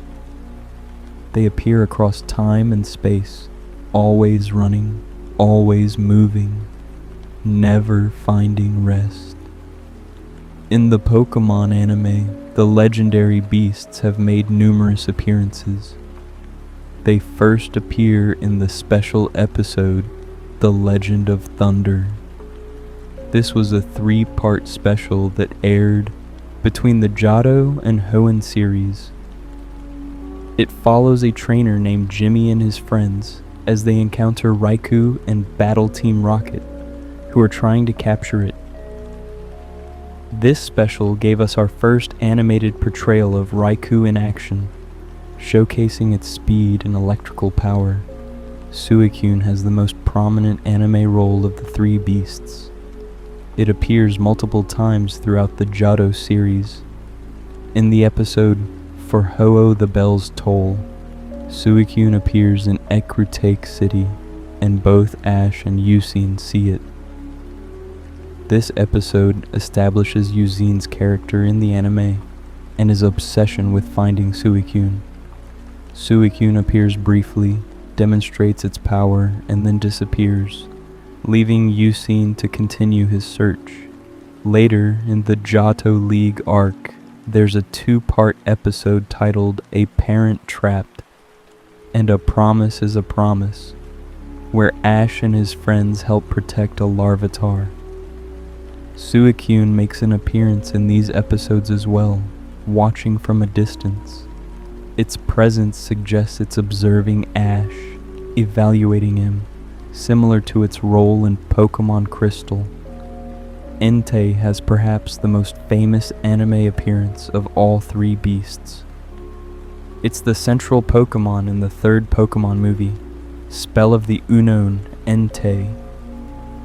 However, this Entei is unique. It's not a real Entei, but rather a manifestation created by the Unknown to fulfill a young girl's wish. The girl, Molly, has lost her father and is lonely. The Unknown create an Entei to serve as her father figure.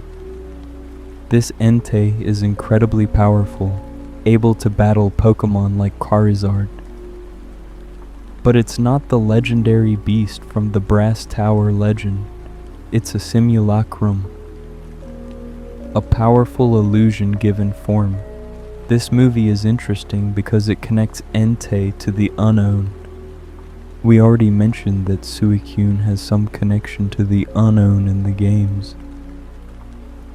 The movie extends this connection to Entei as well. The Unknown are mysterious Pokémon that exist in a dimension of psychic energy. They can warp reality when enough of them gather together. Their connection to the legendary beasts is never fully explained, but it suggests that the beasts exist on a different plane than ordinary Pokémon. They're not just powerful, they're touched by forces beyond normal comprehension. All 3 legendary beasts appear together in Pokémon Chronicles, a series of special episodes that aired in Japan. In the episode The Legend of Thunder, which was later dubbed and aired in other countries, we see all 3 beasts. This special is significant because it shows the beasts as a group rather than individuals. They're connected. They're a trio. And their bond is evident even though they're rarely seen together. The legendary beasts also appear in various Pokémon movies and specials throughout the years. They have cameos in opening sequences. They appear in crowd scenes, showing legendary Pokémon. They're referenced in dialogue. Their presence throughout the anime reinforces their importance to the Pokémon world. They're not just Johto legends. They're legendary Pokémon known and respected across all regions. In the Pokémon Adventures manga, the legendary beasts play a major role. Pokémon Adventures is often considered the most faithful manga adaptation of the games. Suriki, it follows the game's plots closely, while adding original elements and character development.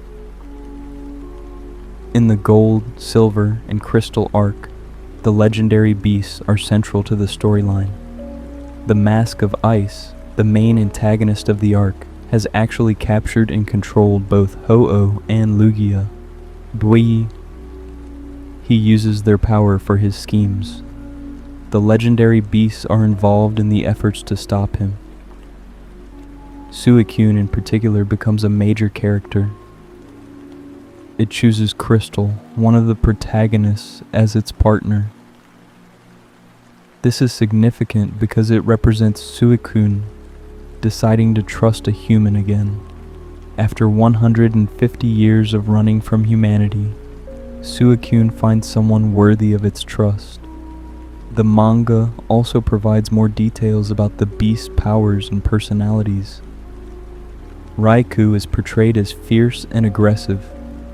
Entei is noble and powerful. And Suicune is wise and discerning. Each has a distinct personality that goes beyond their game representations. They're not just powerful Pokémon. They're individuals with thoughts, feelings, and motivations. The Pokémon Adventures manga also doesn't shy away from the darker elements of the lore. The tragedy of the Brass Tower is referenced. The beast's mistrust of humans is addressed, and the process of earning their trust is shown to be difficult and meaningful. It's not as simple as throwing a master ball. It requires proving yourself worthy, demonstrating that you're different from the humans who rejected them 150 years ago. Let's talk about the legendary beasts in competitive play.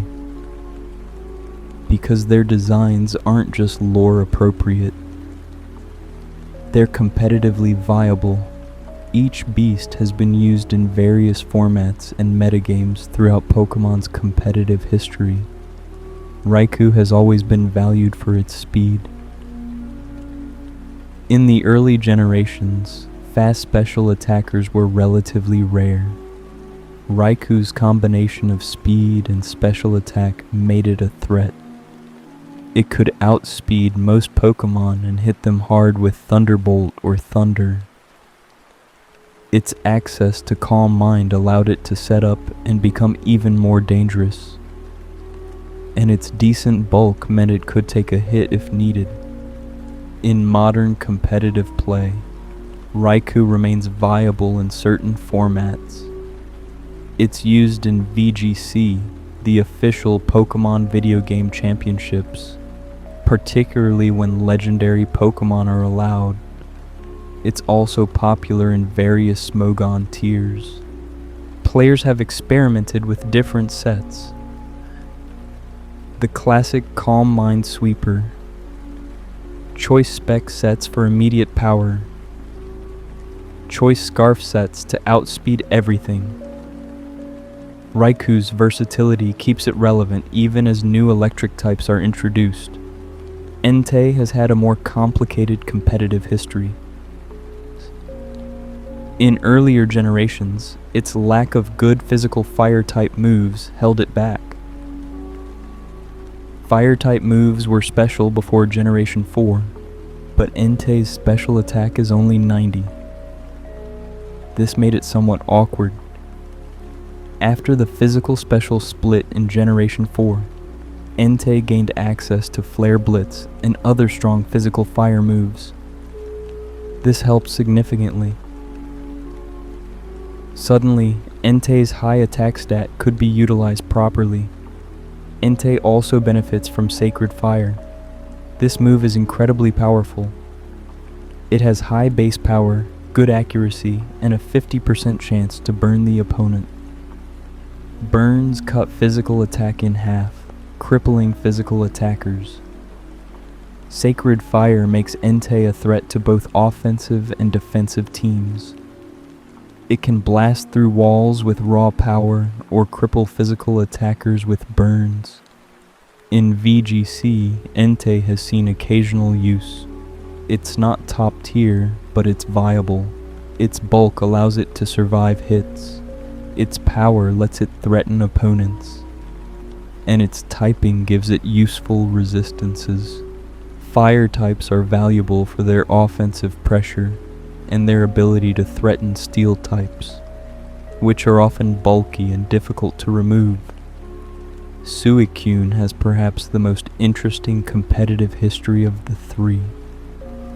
It's been used extensively in multiple generations and formats.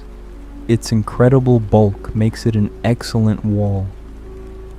Calm Mind sets that use rest and sleep talk have been popular. The strategy is simple but effective. Suicune uses Calm Mind to boost its special attack and special defense. It becomes harder and harder to KO with each boost. When its HP gets low, it uses rest to fully restore its health and cure any status conditions. Then it uses Sleep Talk while asleep to continue attacking or setting up more Calm Mind boosts. This set is incredibly difficult to break through. Suicune can stall out entire teams. Coming around, it can set up to +6 Calm Mind if given enough time. At +6, its special defense is absurdly high, and its special attack can sweep entire teams. Physical attackers struggle to break through its base 115 defense. And if they do manage to wear it down, rest brings it back to full HP. Suicune has been banned to Uber tier in some Smogon formats. It's been restricted in others. It's consistently proven itself to be one of the most viable defensive Pokémon in the competitive scene. Its only real weaknesses are strong physical electric or grass attacks, and even those can be played around with proper prediction and support. The competitive viability of all three legendary beasts reinforces their status as truly legendary. They're not just lore-wise powerful, they're mechanically strong. They have the stats, moves, and abilities to compete at the highest levels of Pokémon battling. Game Freak designed them to be both narratively interesting and competitively viable.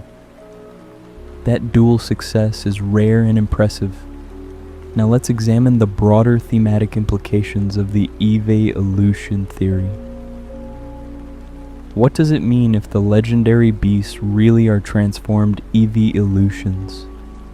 What does that say about evolution, transformation, and the nature of legendary Pokémon in the Pokémon world?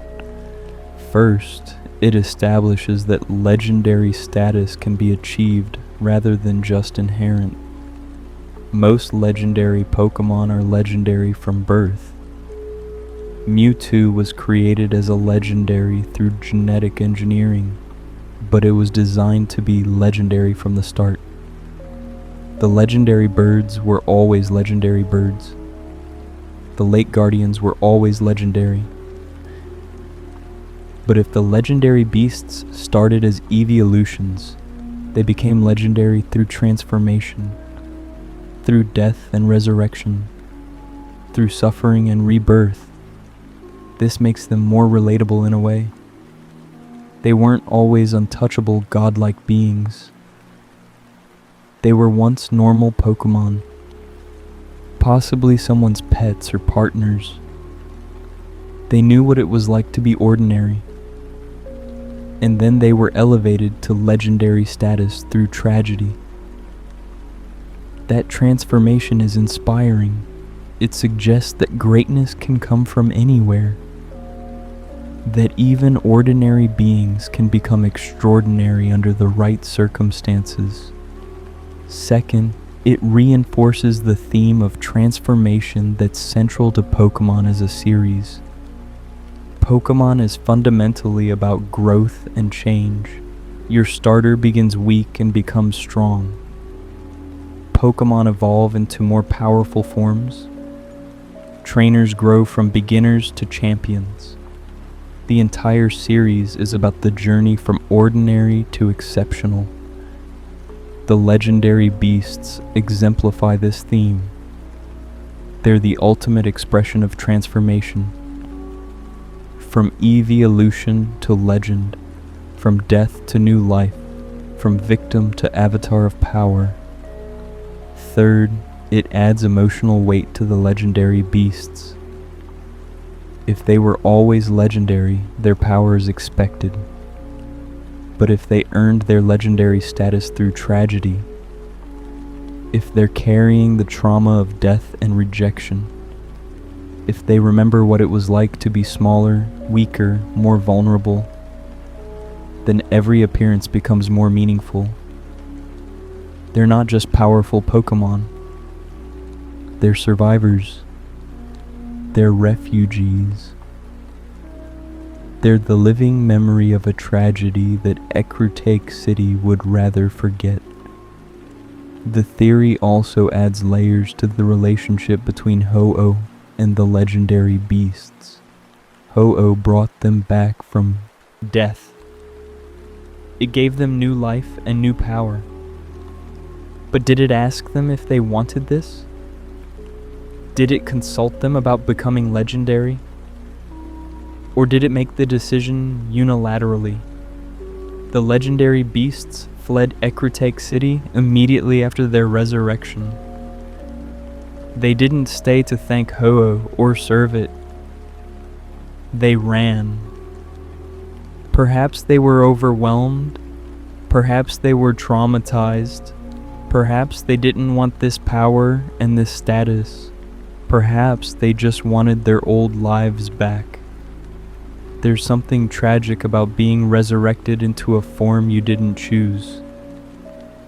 The legendary beasts are more powerful now than they ever were as eeveelutions. They can do things normal Pokémon can't. They embody primal forces of nature, but they can never return to what they were. They can never be ordinary again. The transformation is permanent. They're forever marked by that night of fire and lightning and rain. This adds complexity to Ho-Oh's character as well. We usually think of Ho-Oh as benevolent. It saved 3 Pokémon from death. It granted them legendary power. It performed a miracle. But from another perspective, Ho-Oh made a choice for those 3 Pokémon without their consent. It decided they should live. It decided they should be legendary. It decided what form their resurrection would take. The 3 Pokémon had no say in any of it. Now, you could argue that death offers no alternatives. Being brought back as a legendary Pokémon is better than staying dead. And that's probably true. But it's still a choice made without consent. And the consequences of that choice, the power, the immortality, the inability to ever be normal again, the fear and rejection from humans, those consequences are carried by the legendary beasts, not by Ho-Oh. This doesn't make Ho-Oh a villain. Its intentions were good. It was trying to undo a tragedy. But it raises questions about the morality of resurrection and transformation, about whether saving someone means you have the right to fundamentally change them, about the price of miracles. These are complex themes that add depth to what could have been a simple story about legendary Pokémon. The connection to the Kimono Girls takes on new meaning as well. If the legendary beasts were once Eeveelutions, and the Kimono Girls exclusively use Eeveelutions, then the Kimono Girls are honoring the dead. They're keeping alive the memory of 3 Pokémon who died in the Brass Tower fire. They're preserving a cultural memory that might otherwise be forgotten.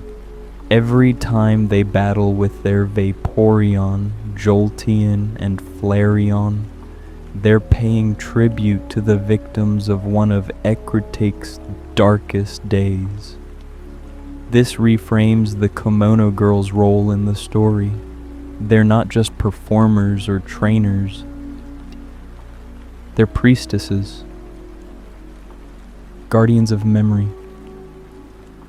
Their dances aren't just entertainment, they're rituals.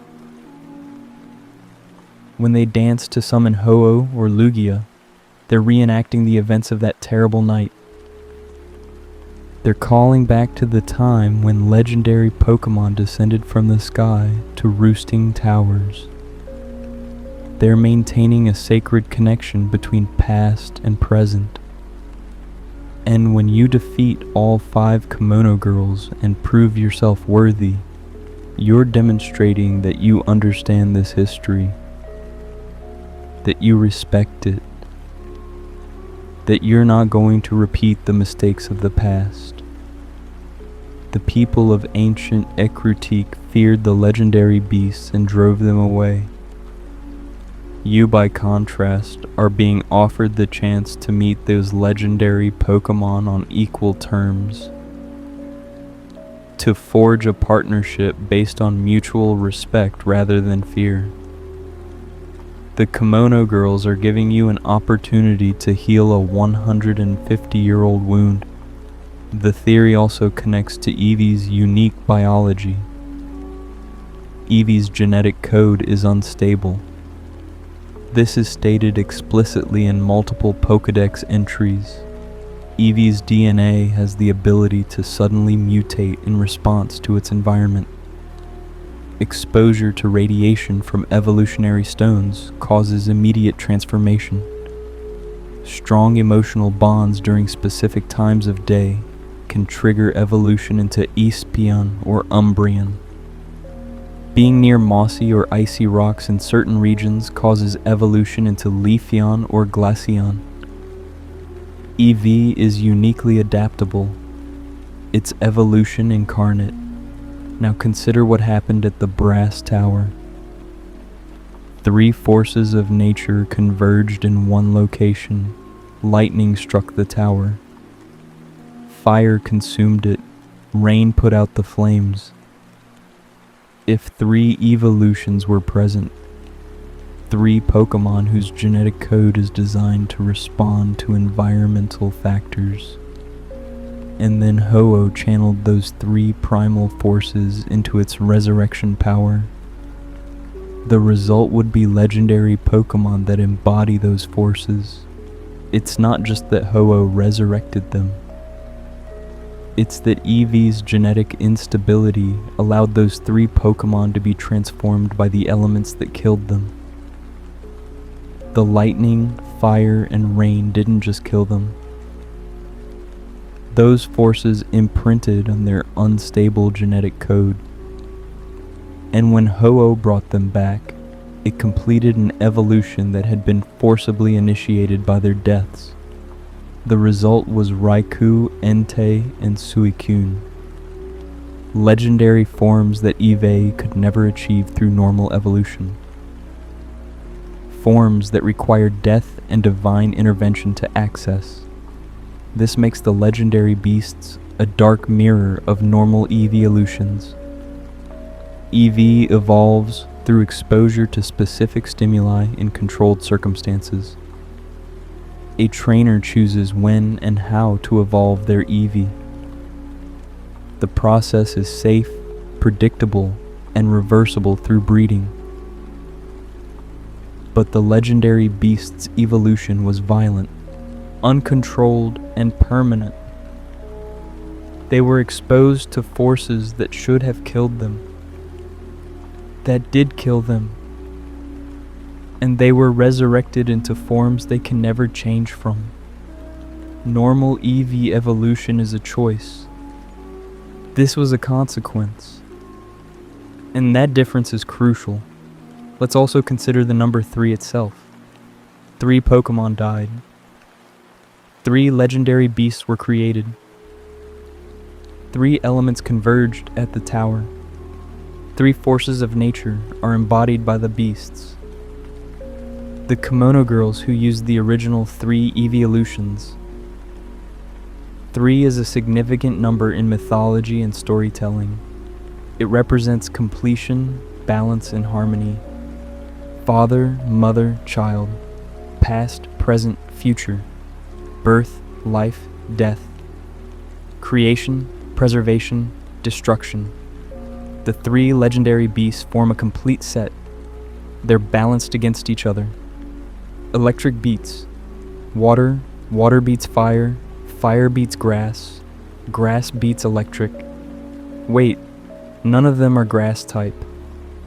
Actually, in terms of type matchups between themselves, they form an interesting dynamic. Electric is super effective against water, so Raikou has an advantage over Suicune.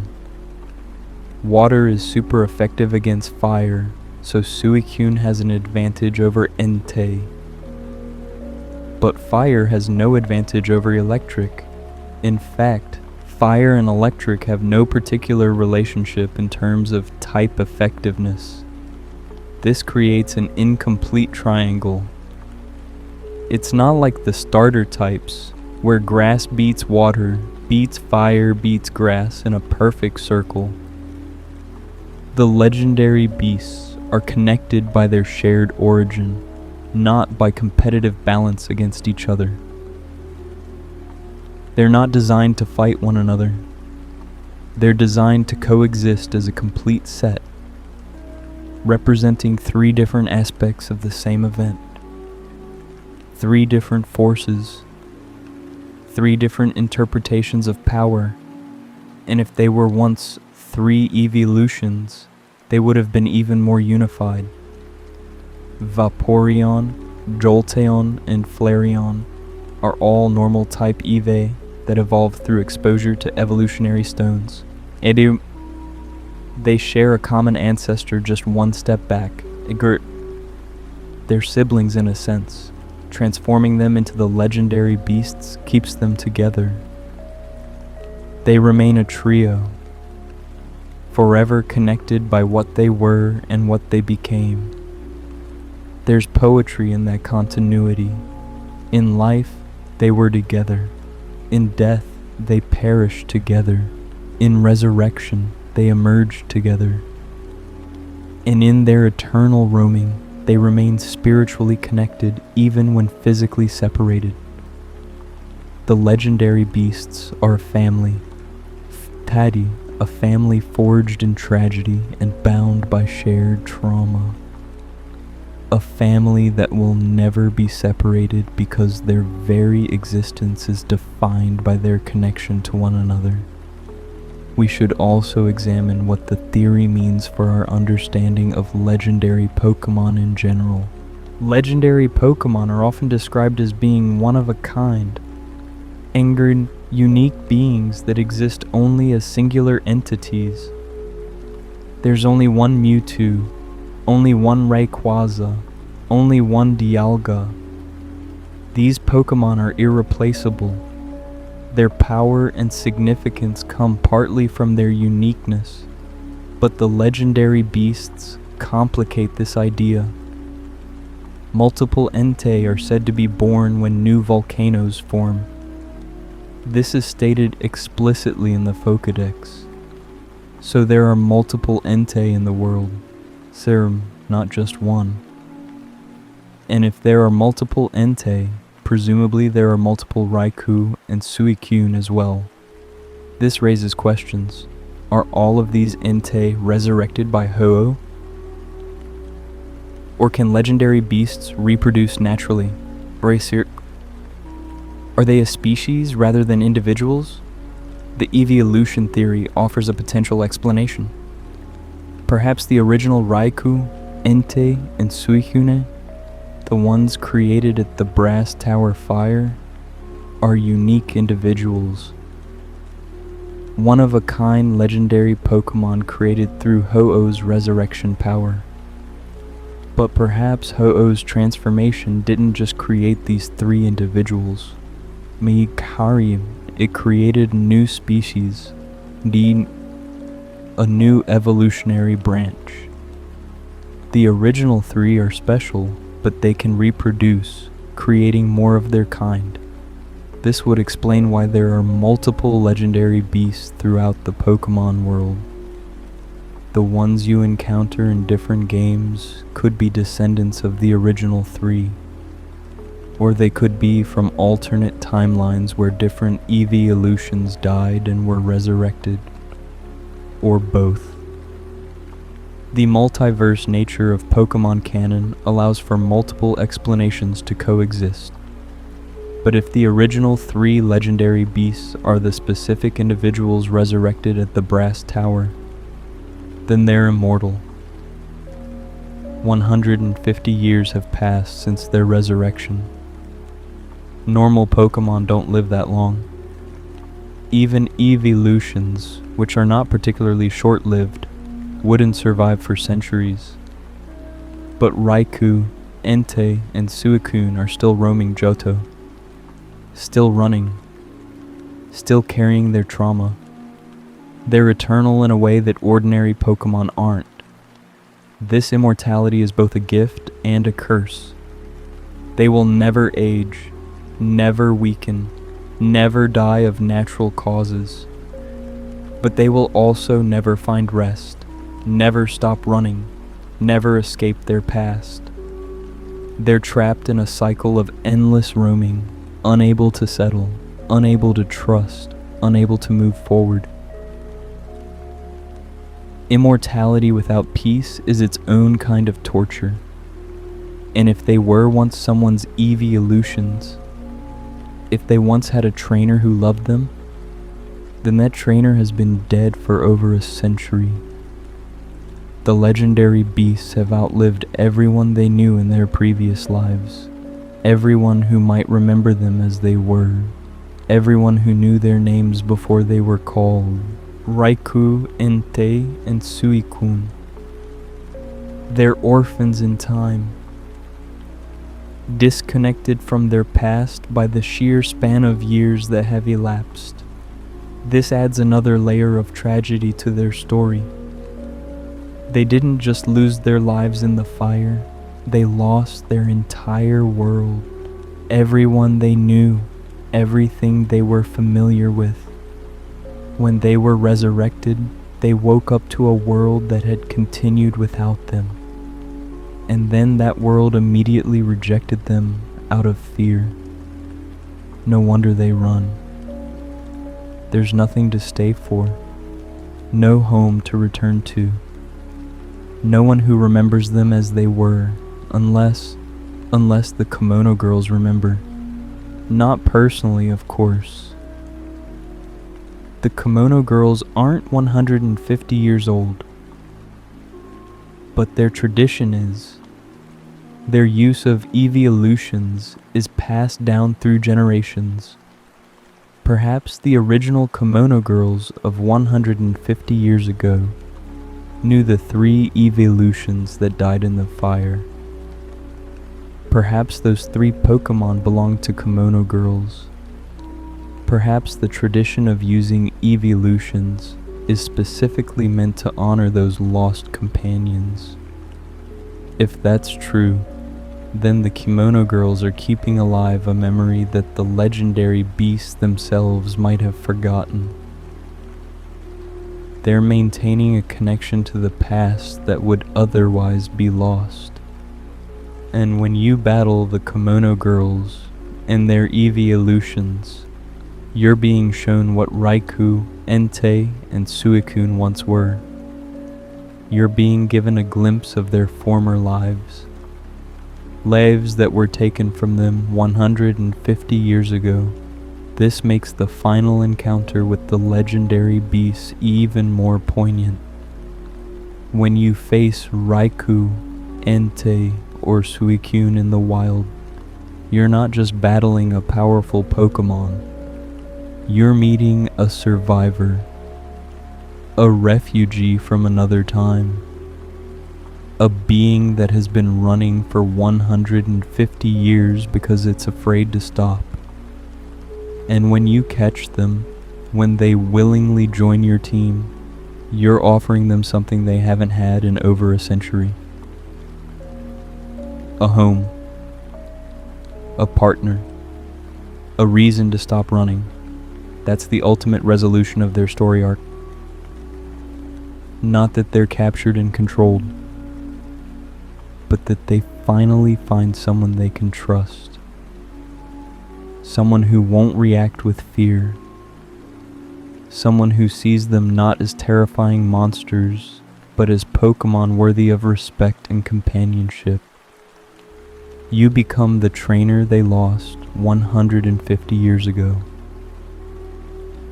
The partner they thought they'd never have again, and that more than any legendary power or battle prowess is what makes catching one of the legendary beasts meaningful. It's not just adding a strong Pokémon to your team, it's healing a wound that has festered for a century and a half. It's proving that humans and legendary Pokémon can coexist. It's showing that trust can be rebuilt even after the most profound betrayal. It's giving these 3 traumatized Pokémon the one thing they need most: peace. So let's come back to our original question. Were the 3 legendary beasts once Jolteon, Flareon, and Vaporeon? We've examined every angle of this theory. The matching abilities that connect them. The parallel stat distributions. The shared design philosophy. The symbolic appropriateness of their types. The kimono girls who preserve the memory of Eeveelutions in Ecruteak City. The connection to Eevee's genetic instability and its capacity for environmental adaptation. The narrative weight of transformation Pokémon being transformed into legends. The thematic resonance of ordinary Pokémon becoming extraordinary through tragedy. The emotional depth added by seeing the legendary beasts as survivors rather than always legendary entities. The evidence, while circumstantial, is overwhelming. No single piece proves the theory definitively, but taken together, the pattern is undeniable. Game Freak has laid breadcrumb after breadcrumb. They've created parallel after parallel. They've built a narrative structure that supports this interpretation. Whether they intended it as definitive canon or simply as an interesting possibility for fans to explore, they've given us all the tools we need to construct this theory, and ultimately, that's what makes it beautiful. Pokémon has always rewarded players who pay attention, who connect dots, who think deeply about the world they're exploring. The legendary beast's evolution theory is the perfect example of this design philosophy. It's not handed to you on a silver platter. It's not explicitly confirmed in dialogue or cutscenes. But if you look closely enough, if you examine the details, if you piece together the evidence, you can see the story that Game Freak was telling. 3 Eeveelutions died in the Brass Tower fire. Ho-Oh descended from the sky and brought them back as living embodiments of the lightning, fire, and rain that defined that tragic night. They became Raikou, Entei, and Suicune, and they've been running ever since. Running from the trauma of death. Running from the rejection they experienced. Running because they don't know what else to do. Until finally, 150 years later, they meet a trainer who proves that humans can be trusted again. That trainer is you. That's the story. That's the legend. And whether Game Freak ever confirms it officially or not, it's a story worth believing in, because it transforms a simple backstory about legendary Pokémon into an epic tale of loss, transformation, trauma, and ultimately hope. It gives the legendary beasts depth and personality. It makes Ecruteak City more than just another location. It turns the Kimono Girls into keepers of sacred memory rather than just NPCs with evolutions. It makes catching a legendary beast meaningful rather than just another entry in the Pokédex. The legendary beasts deserve this level of depth. They deserve to be more than just strong Pokémon. They deserve to be characters with history and trauma and growth. The evolution theory gives them that.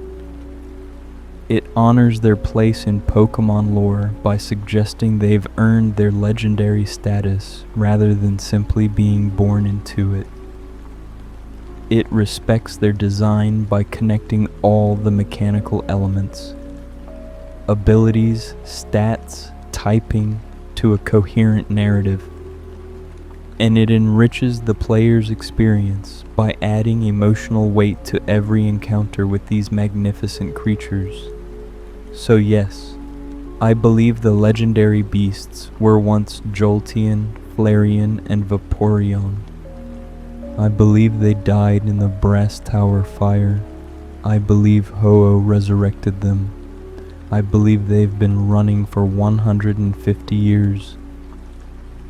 And I believe that when we catch them, we're not capturing them. We're saving them. We're giving them what they've been searching for all this time. A place to finally stop running. A partner to finally trust. A home to finally rest. That's the power of a good theory. It doesn't just explain the facts. It transforms how you see the game, how you understand the characters, how you experience the story. The legendary beasts evolution theory does all of that and more. It takes one of Pokemon's most enduring mysteries and offers an answer that's emotionally resonant, thematically appropriate, and mechanically supported by the games themselves. And even if you don't believe the theory, even if you think the 3 nameless Pokémon were something else entirely, the exercise of exploring it has value. It shows us how deeply layered Pokémon storytelling can be, how much thought went into designing not just powerful legendary Pokémon, but legendary Pokémon with meaning, with history, with purpose. The legendary beasts are more than their stats and abilities. They're living monuments to tragedy, running memorials to 3 Pokémon who died 150 years ago. Eternal reminders that even in our darkest moments, something beautiful can be born from loss. That death doesn't have to be an ending. That transformation is always possible. That hope can survive even the most devastating tragedy. And that's a message worth spreading. That's a story worth telling. That's a legend worth believing in. Thank you for joining me on this incredibly deep dive into one of Pokemon's most fascinating mysteries. We've explored every angle, examined every detail, and discovered layers upon layers of meaning in the legend of the Burned Tower and the 3 legendary beasts. Whether you're convinced that Raikou, Entei, and Suicune were once evolutions, or whether you prefer to maintain the mystery, I hope this exploration has given you a new appreciation for these magnificent Pokémon and the tragic, beautiful story they represent. The world of Pokémon is full of mysteries like this. Stories hidden in the details. Connections waiting to be discovered. And we're going to keep exploring them together here at Slumber Senpai. Thank you for watching, and until next time, keep discovering the secrets hidden in your favorite games.